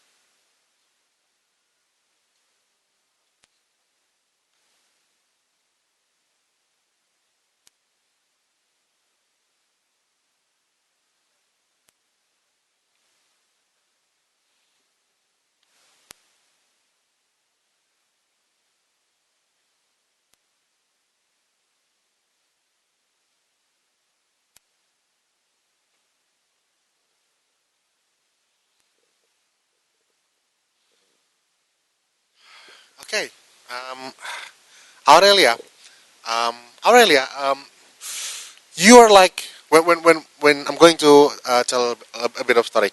When we judge you from the first time we show you, and then the second time, um, every time we watch you, it feels like we are being held under a knife, sugar coated with jam, powdered sugar, strawberries, and everything. It's a sweet but also deadly deliverance. The way you deliver it was scary, yeah, especially on the round before, was very scary, and yet you deliver it flowing like it's nothing, like it's sweet, girl, innocent, but it has all the punch, all the jab, everything that you need to beat a person down. Now, in this story, we were kind of expecting that you would use that old school style of your in telling the story, just like from a third person perspective, which is actually your best asset, and it's your strongest point. But in here, you try to experiment with having two characters that you have a dialogue on. Well, it's not really that bad. It It does not also exceed your strong point in delivering a story, as you are actually a storyteller, probably not an actor or actress in this point. The story that you have to bring in 1 hour about Bitcoin is super hard, isn't it? Yeah, cryptocurrency is very hard. The only thing that we know about cryptocurrency that can make it into the media, most likely if it's not going up, it's going down, someone losing money. And that's exactly the story that you are going to tell. But we're familiar with that, no problem. But if you could have only delivered with that sweet little delicacy that we tried and made us chose you, that should have been great. This one, I like it. It's a good story, but it doesn't really have the kick for me. I wish you could have done better, but that's a good one. Thank you.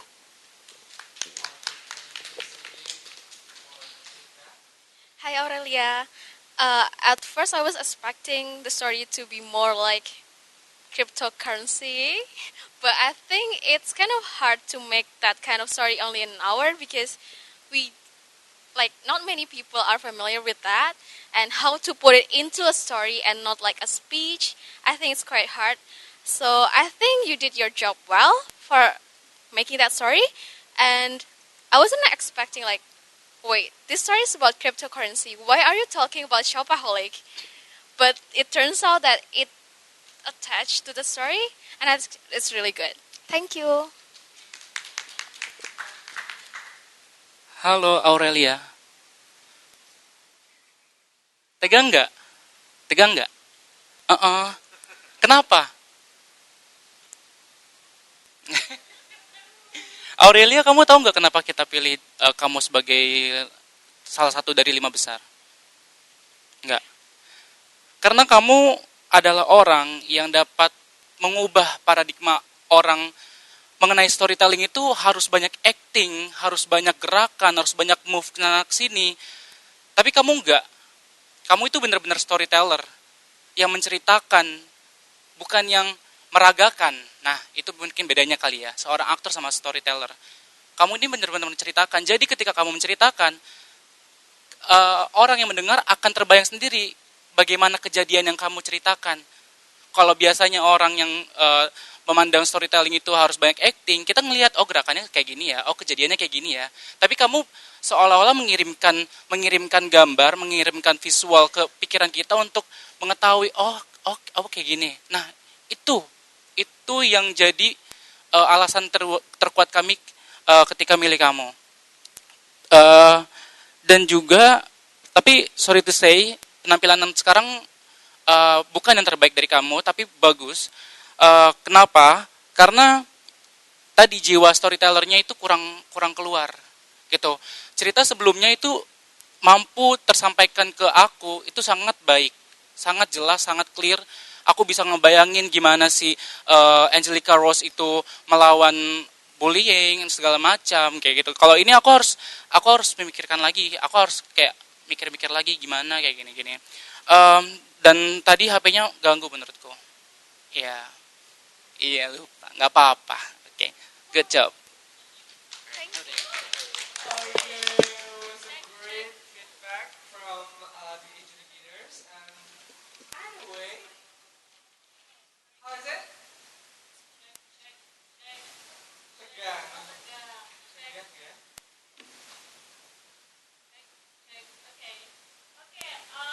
Aurelia, I think I want to ask just one question. Or two. Or Not three. sure. Okay. Or three. Okay. First of all, you have really cute voice. Okay. When you came up to the stage, we were like, "Oh my god, this is so cute. What's the story about?" And it's Cheers. about cryptocurrency. So we were wondering, how is this Cryptocurrency in a cute very- way. cryptocurrency in a cute way. So my question would be, do you have any families or friends that are related to doing something in cryptocurrency? Like, have you ever been involved in doing bitcoins maybe? Or do you know the topic?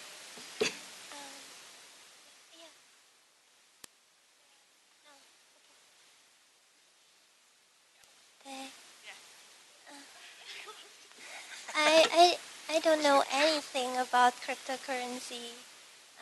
Sampai waktu dipilih ambil undian cryptocurrency, masih mikir cryptocurrency panganan opo iki. Terus bingung ini gimana. Terus ya udah deh. Terus aku ke Google juga. Terus Itu kan case-nya kan tentang investment. Ya udah deh. Buat aja penggila belanja gitu, dikejar-kejar gitu sama debt collector. Okay, thank you, Aurelia. Very creative. Anyway, Yeah. does all your family has that cute voices? Cute voice. How do you get that cute voice? I think we want to learn how. We talk too loudly. Yeah.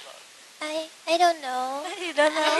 I don't know. I don't know how my sound. Yeah, your voice, ya? Ya, aku nggak tahu gimana kedengarannya. Nggak tahu. Nggak tahu. Nggak Biasa tahu. aja. Oh, biasa menurut aja, aku. Kaisar. Okay.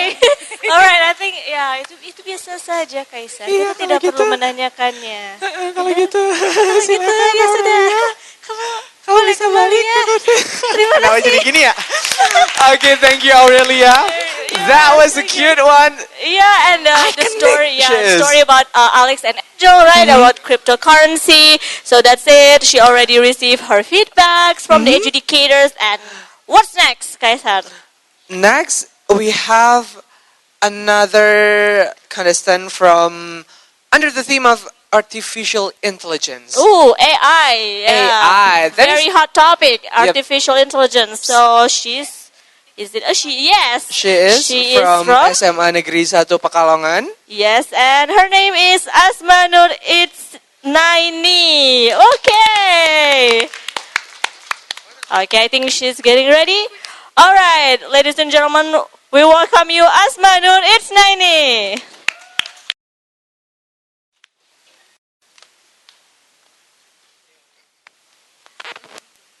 Hello everyone. Good afternoon. Good afternoon. My name is Asmana Isnaini, and this very special occasion, I will tell you a story about artificial intelligence and robots. Well, in 2100, there were flying cars everywhere. The world was very modern at that time. The technology had advanced, and artificial intelligence was part of it. Artificial intelligence is an intelligence that comes from machines. Well, artificial intelligence cannot be spared from our daily life at that time. One day, there was a scientist politician. Her name was Jessica. I'm so tired of this work. I work for government and there are so many government duties that I should do. I should search for help, but I think that anyone here is very busy. What should I do? How about artificial intelligence could help us in daily life? What if I make artificial intelligence that could help the government duties? That's a good idea. Well, after the government heard her idea, the government wanted Jessica to make an artificial intelligence in every government department. Well, after that, she made many artificial intelligence and robots. Law department check, and then education department check, police station. Oh, okay, check. It's done. At the first time, the artificial intelligence was very helpful for each department. And one day, the government held a meeting. The meeting was talking about how to decrease the criminality. The criminality was increased at that time. There were so many criminality that's happening at that time. Well, the AI say, my solution is the criminals should be killed. We should kill every criminal in the world. We should kill every people who were freaked out. We should kill them. Well, of course, the government and many people in that room didn't agree. Well, no. That's not a good idea, AI. I mean, every person in this world have their human rights. Don't you have any moral? No. You should know that even the criminals, they still have a human right. You should know that. Why you don't know about that? But the AI kept saying, we should kill the criminals. We should kill the people who break the law. We should kill them. And even though the government didn't agree, the AI had already sent a signal to the other artificial intelligence on each department. Well, then, surprisingly, the robots and the AI had ready to kill the criminals.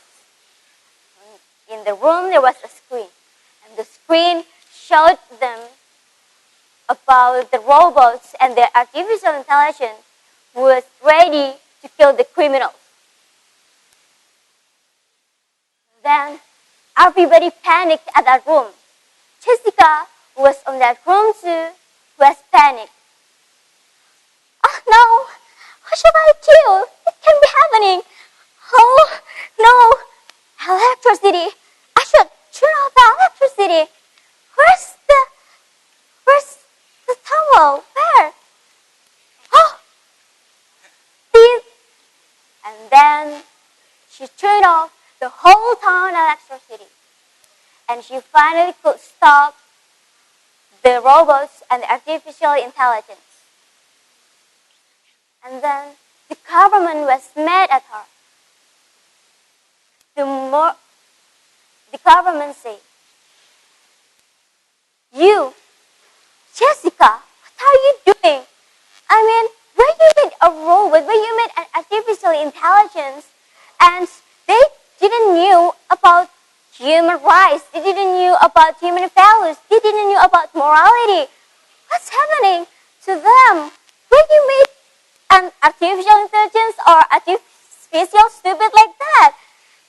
Please, Jessica, you are fired from your job. Get out from this room right now. Well, then Jessica got fired from her job at the government. But she didn't give up. She tried to make her robots, she tried to make her AI become better. She learned from her past mistakes, and she finally made a robot that can feel like human, that can feel many feelings, that knew about the human rights, that knew about human value, that knew about morality. And in the end, she made a company to make the robot. She was quite successful. And that's the end of my story. The moral story that we can learn from her is that we should keep learning from our mistakes and we should never give up. And that's what I got for you guys. Thanks for your attention. Goodbye.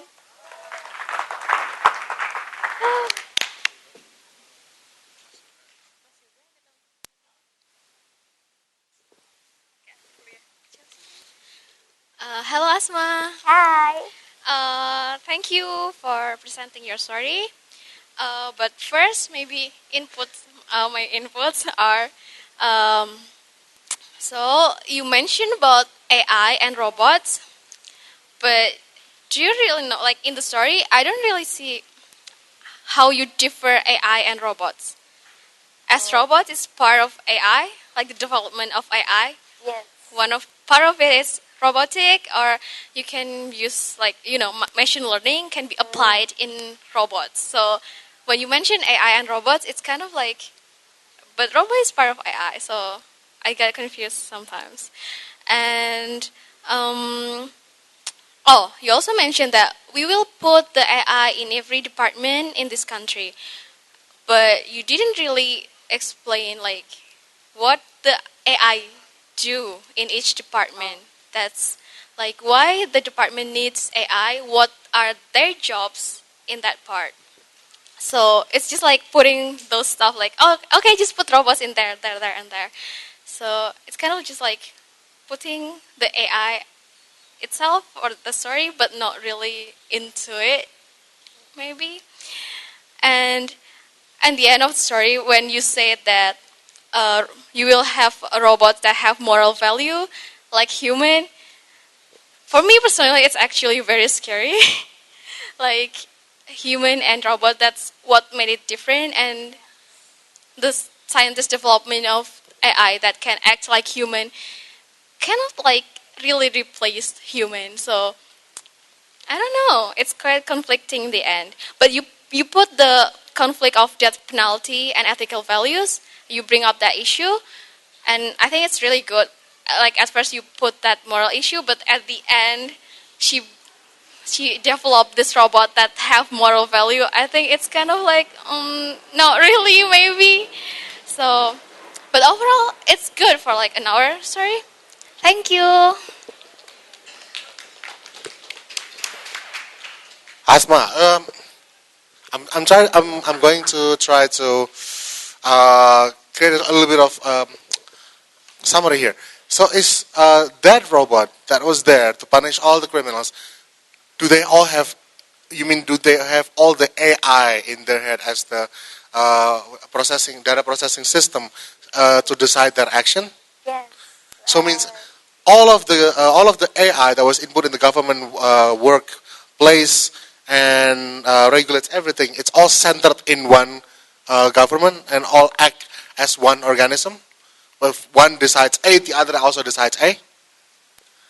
If, for example, one department decides that all the criminals must be killed, that means everyone that is guilty has to be killed, or not? No, that was in the just like House of Representatives, so it was control of the department.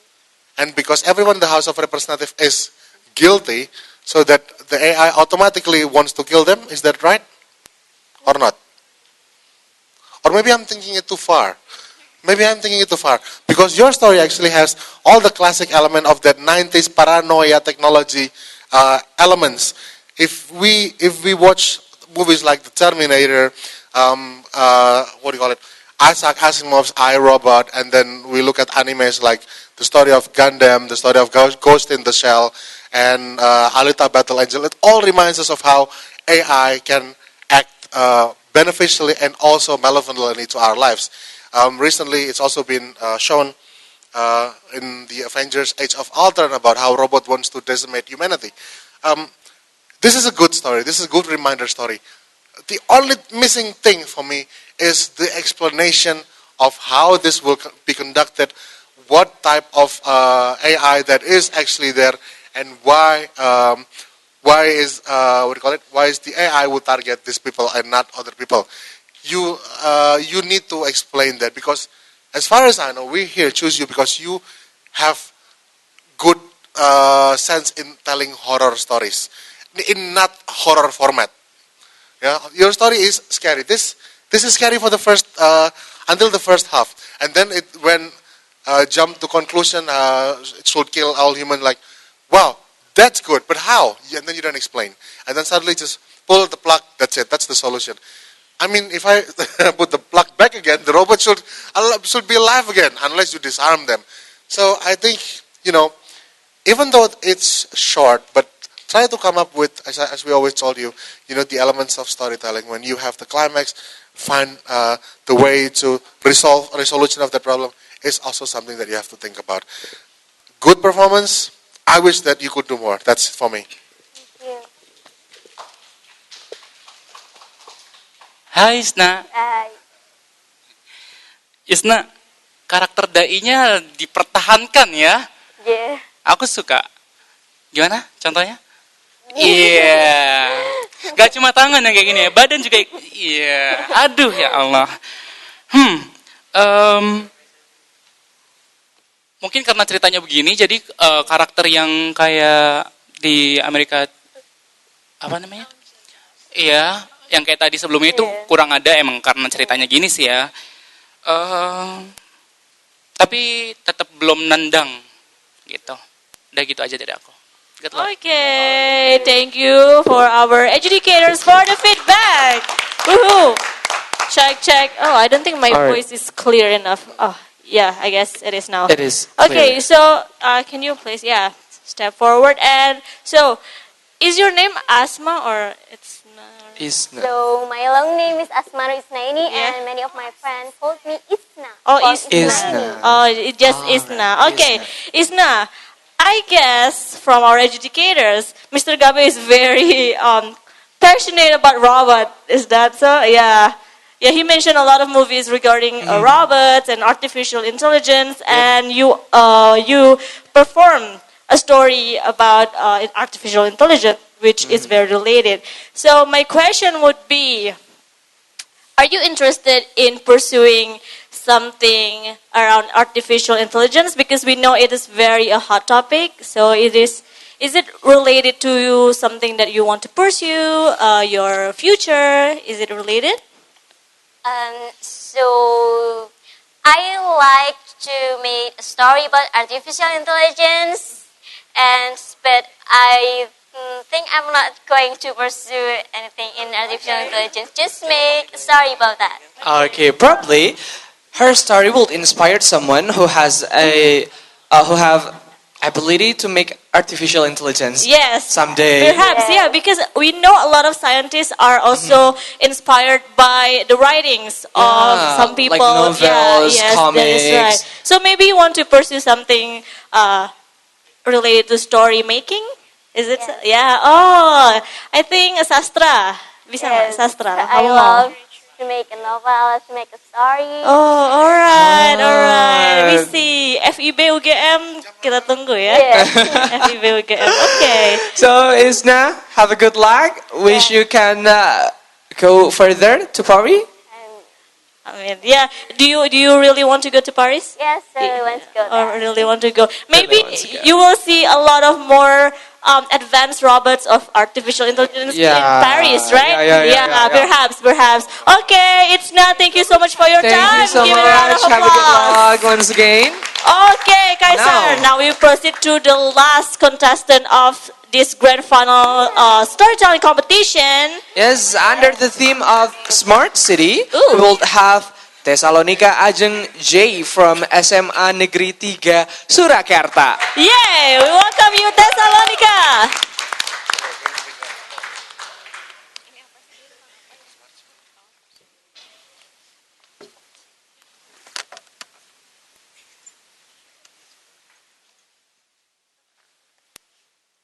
Let us introduce to you the most outstanding mayor of the year. She is Miss Mona Lisa as the mayor of the green city that leads the smart city in the rainbow country. Give applause, please. Okay, so good afternoon, everyone. Good afternoon, the honorable presidents and leaders from all over the world, and good afternoon for every important guests that came today. So, in these occasions, I'm Mona Lisa as the mayor of the green city, that the leading of the smart city in the rainbow country will announce and will present to you about the newest innovations nowadays. So, at the past, we've already applied something that works in the technology in innovations. What I call it, the thousands invisible robots. But it's not a usual robot, but it's a police robot. So, with their apparently that invisible, the robot could operate all over the city, then catch who did the criminal act. Then, to completing my inventions, so I just created what it called the million invisible sensors. What is that? So, it is a sensor that applied through over the city, and it's applied every 2 meters. For example, here is a sensor, ping, ping, ping. Then 2 meters from the sensor, we applied the other sensors, beam, beam, beam. Then 2 meters, they applied the other sensor too, peep, peep, peep. But just like my previous robot, it is apparently invisible. So, how does it work? When there was a man, lady, lady, you're so pretty. Lady, this man wanted to do a criminal act to that girl.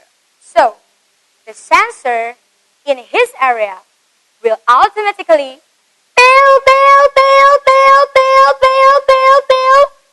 then call the invisible robot come and catch the man.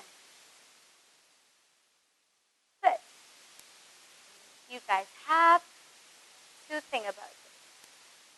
This sensor is not only detect the suspiciously behavior, but also they could detect the human mind. So, if there was a man sitting with doing nothing, but without an idea to make a criminal act to that girl, it will automatically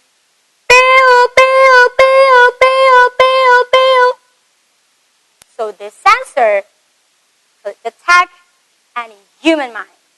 But don't worry about your dirty mind because they really don't care about it. Okay. So I think that's my explanation about what I call the million invisible sensors. Do you guys have any questions? Oh, ma'am, please tell us, is there any excuse why you invented this thing? Why are you so interested in this thing? As one of the journalists.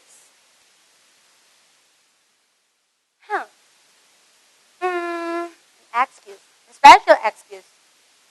Of course, yes, I have it. But I'm sorry, but it's quite hurt for me to remember it. But no problem, I will tell you guys. So, all of it started precisely around 2 years ago. That day, my daughter walked home from her school.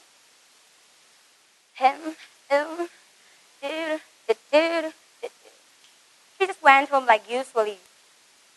But then, suddenly, no! No! Get my back! No! Suddenly, there were 2 men rode a motorcycle with a very high speed, then tried to grab my daughter's head. Then, when my daughter tried to fight them, no! Then, they stabbed a knife to her chest, and grabbed her back, then left her.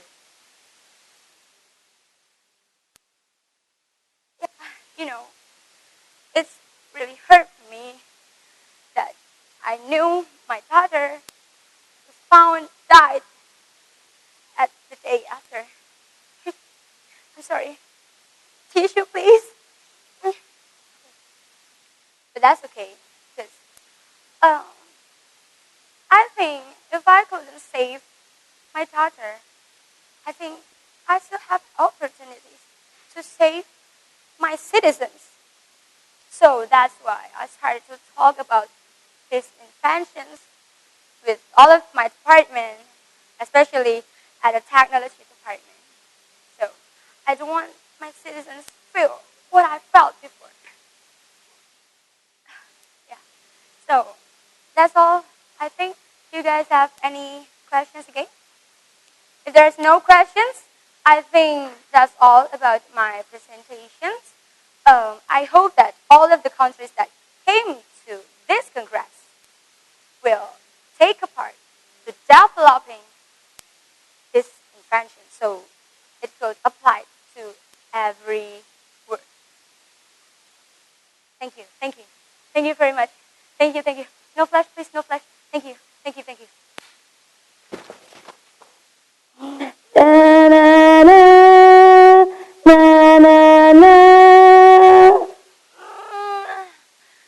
Good morning, everyone. Wait a second. Where am I? Wait, am I Thessalonica Ajum? So I'm not Mona Lisa? So I'm not the mayor of the Green City? So I'm just dreaming for everything? Oh, Mama! I want to be the mayor of the city. That's all, guys. Bye. Oh, Mama!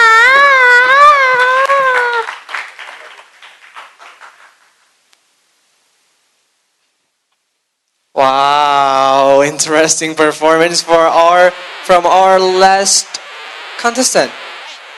That's right.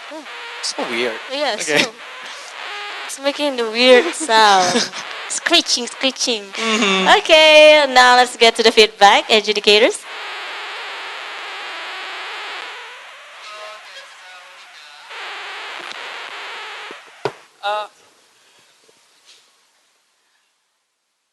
Sebenarnya tadi aku berharap lebih karakternya. Karakter yang biasanya kamu, mungkin kalau misalkan memang siapa tuh namanya?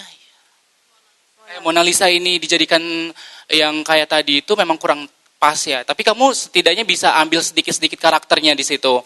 Nah, dan tadinya aku berharap ketika kamu bangun, kamu jadi si Angelica Rose lagi dengan tiba-tiba nyanyi. Ternyata jadi kamu. Kenapa jadi kamu? Kenapa ya? Gak apa-apa. Oke. Iya, kenapa dia jadi Telas? Harusnya jadi Angelica Rose. Enggak bohong. Tapi itu keren sih. Masih tetap keren kok, tenang aja. Thank you. Halo Sasa. Hai Kak. I think, like we mentioned before, your strength is in your acting. Like you're so extra and doing that, and I think it's really good. Maybe one thing about the smart city, this you put the policing people, but maybe you can put it more on like, I don't know, like the smart city system more than just that robot using. I mean, you as the mayor of the best smart city in the world might have more than just that. I was expecting more, but I think it's okay. Although, like, criminalizing people only based on his intention on mine, it's quite creepy, actually. But it's good. Thank you. Thank you. Hello, Thessalonica. Hi. So, three things first. First of all, yes, exactly. I also wake up every morning hoping I was Ryan Reynolds. That is impossible. The second one, this has all the likeness of the story Minority Report. Yeah, I wish I was also the actor there, but Tom Cruise made it first. Yeah, it has the same story. It's of a pre-crime, so a crime can be stopped before it even happens. But while in your story, it uses sensors and invisible robot, which leads to my number 3. I cannot imagine how if someone get caught by an invisible robots. Looks creepy, but but hey, it's your creation. I think it's nice. It's good. It has the element of a smart city, but just like what Mbak Trevi said, I wish you could elaborate more, not only in the aspect of a crime enforcement, but could also talk about something that is sexier right now: pollution, global warming, energy, renewable and sustainable energy. That is the essence of a smart city. In Qatar, they have Masdar, a smart city in the world where you don't have to walk because there is travelator on the street. You just have to stand, hop, and you get to the direction. And there is the smart pot where you just have to drive and it's all electric. It's nice.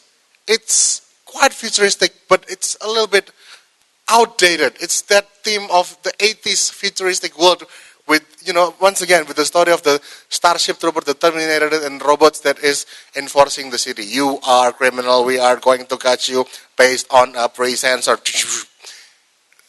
Slightly outdated. You could have come up with something better. Still a nice performance, still a good one, but we've seen better. I wish you could go and just up the ante for this one. Good job, don't give up. This is not the end, I guess. Thank you. Thank you to our such a positive educators. feedback Thank you so much. Yeah, Thessalonica. So, as usual, we would like to ask you a few questions. My first question would be, in the city where you're coming from, do you think it's implementable to implement such ideas with the smart city smart that you city. just created? Not really, I think, because I came from Solo, and yeah, as the judges said, that my story is too futuristic. Maybe it can be implemented for 100 years after this, I think. 20. Wait. Pak Jokowi actually plans Solo to be a smart city. Yeah, but not with the invisible robot that you said. It's creepy.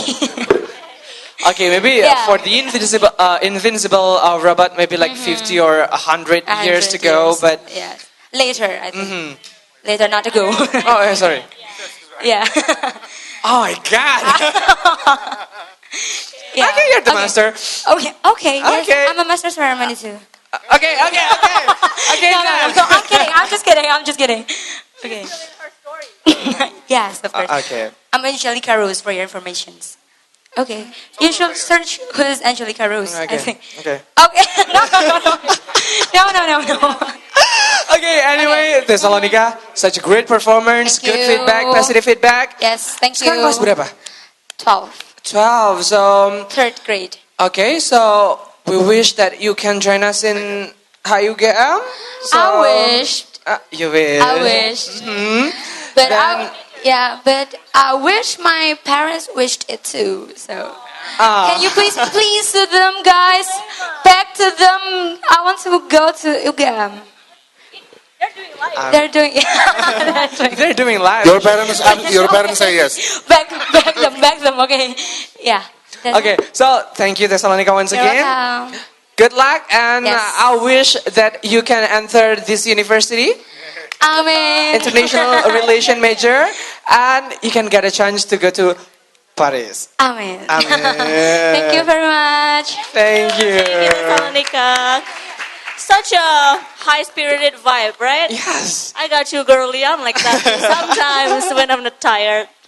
Okay. Okay. I think Thessalonica is the last storyteller we have Cheers. here. So we had these 5 different topics that we already performed here. And now it's time for a break. But before that, we would like to say thank you to our educators, Mas Yoga, Mbak Trevi, and also Mas Gabit yang sudah menemani kita dan dengan semua feedback yang Obviously. baiknya ya. And after this, we still have We will have a grand final for debate competition. But before we proceed to the competition, we will have a break first. All right, so don't forget to go to our tenants. There are Thai tea, sego box, takoyaki, and then kerak telur, I want some. Now I'm hungry. Es puter. Yeah, es puter. So A lot of things. if you guys are tired and need some snack, you can easily go to our tenants in Selasar Timur. And after that, we will be back for the debate grand final, and it's gonna be on 16:10. So 10 minutes after 4 o'clock, we will do the debate competition. So make sure you're not late to go to our venue here. So for now, that is all. Thank you for your attention, and we will see you on the debate grand final. See you.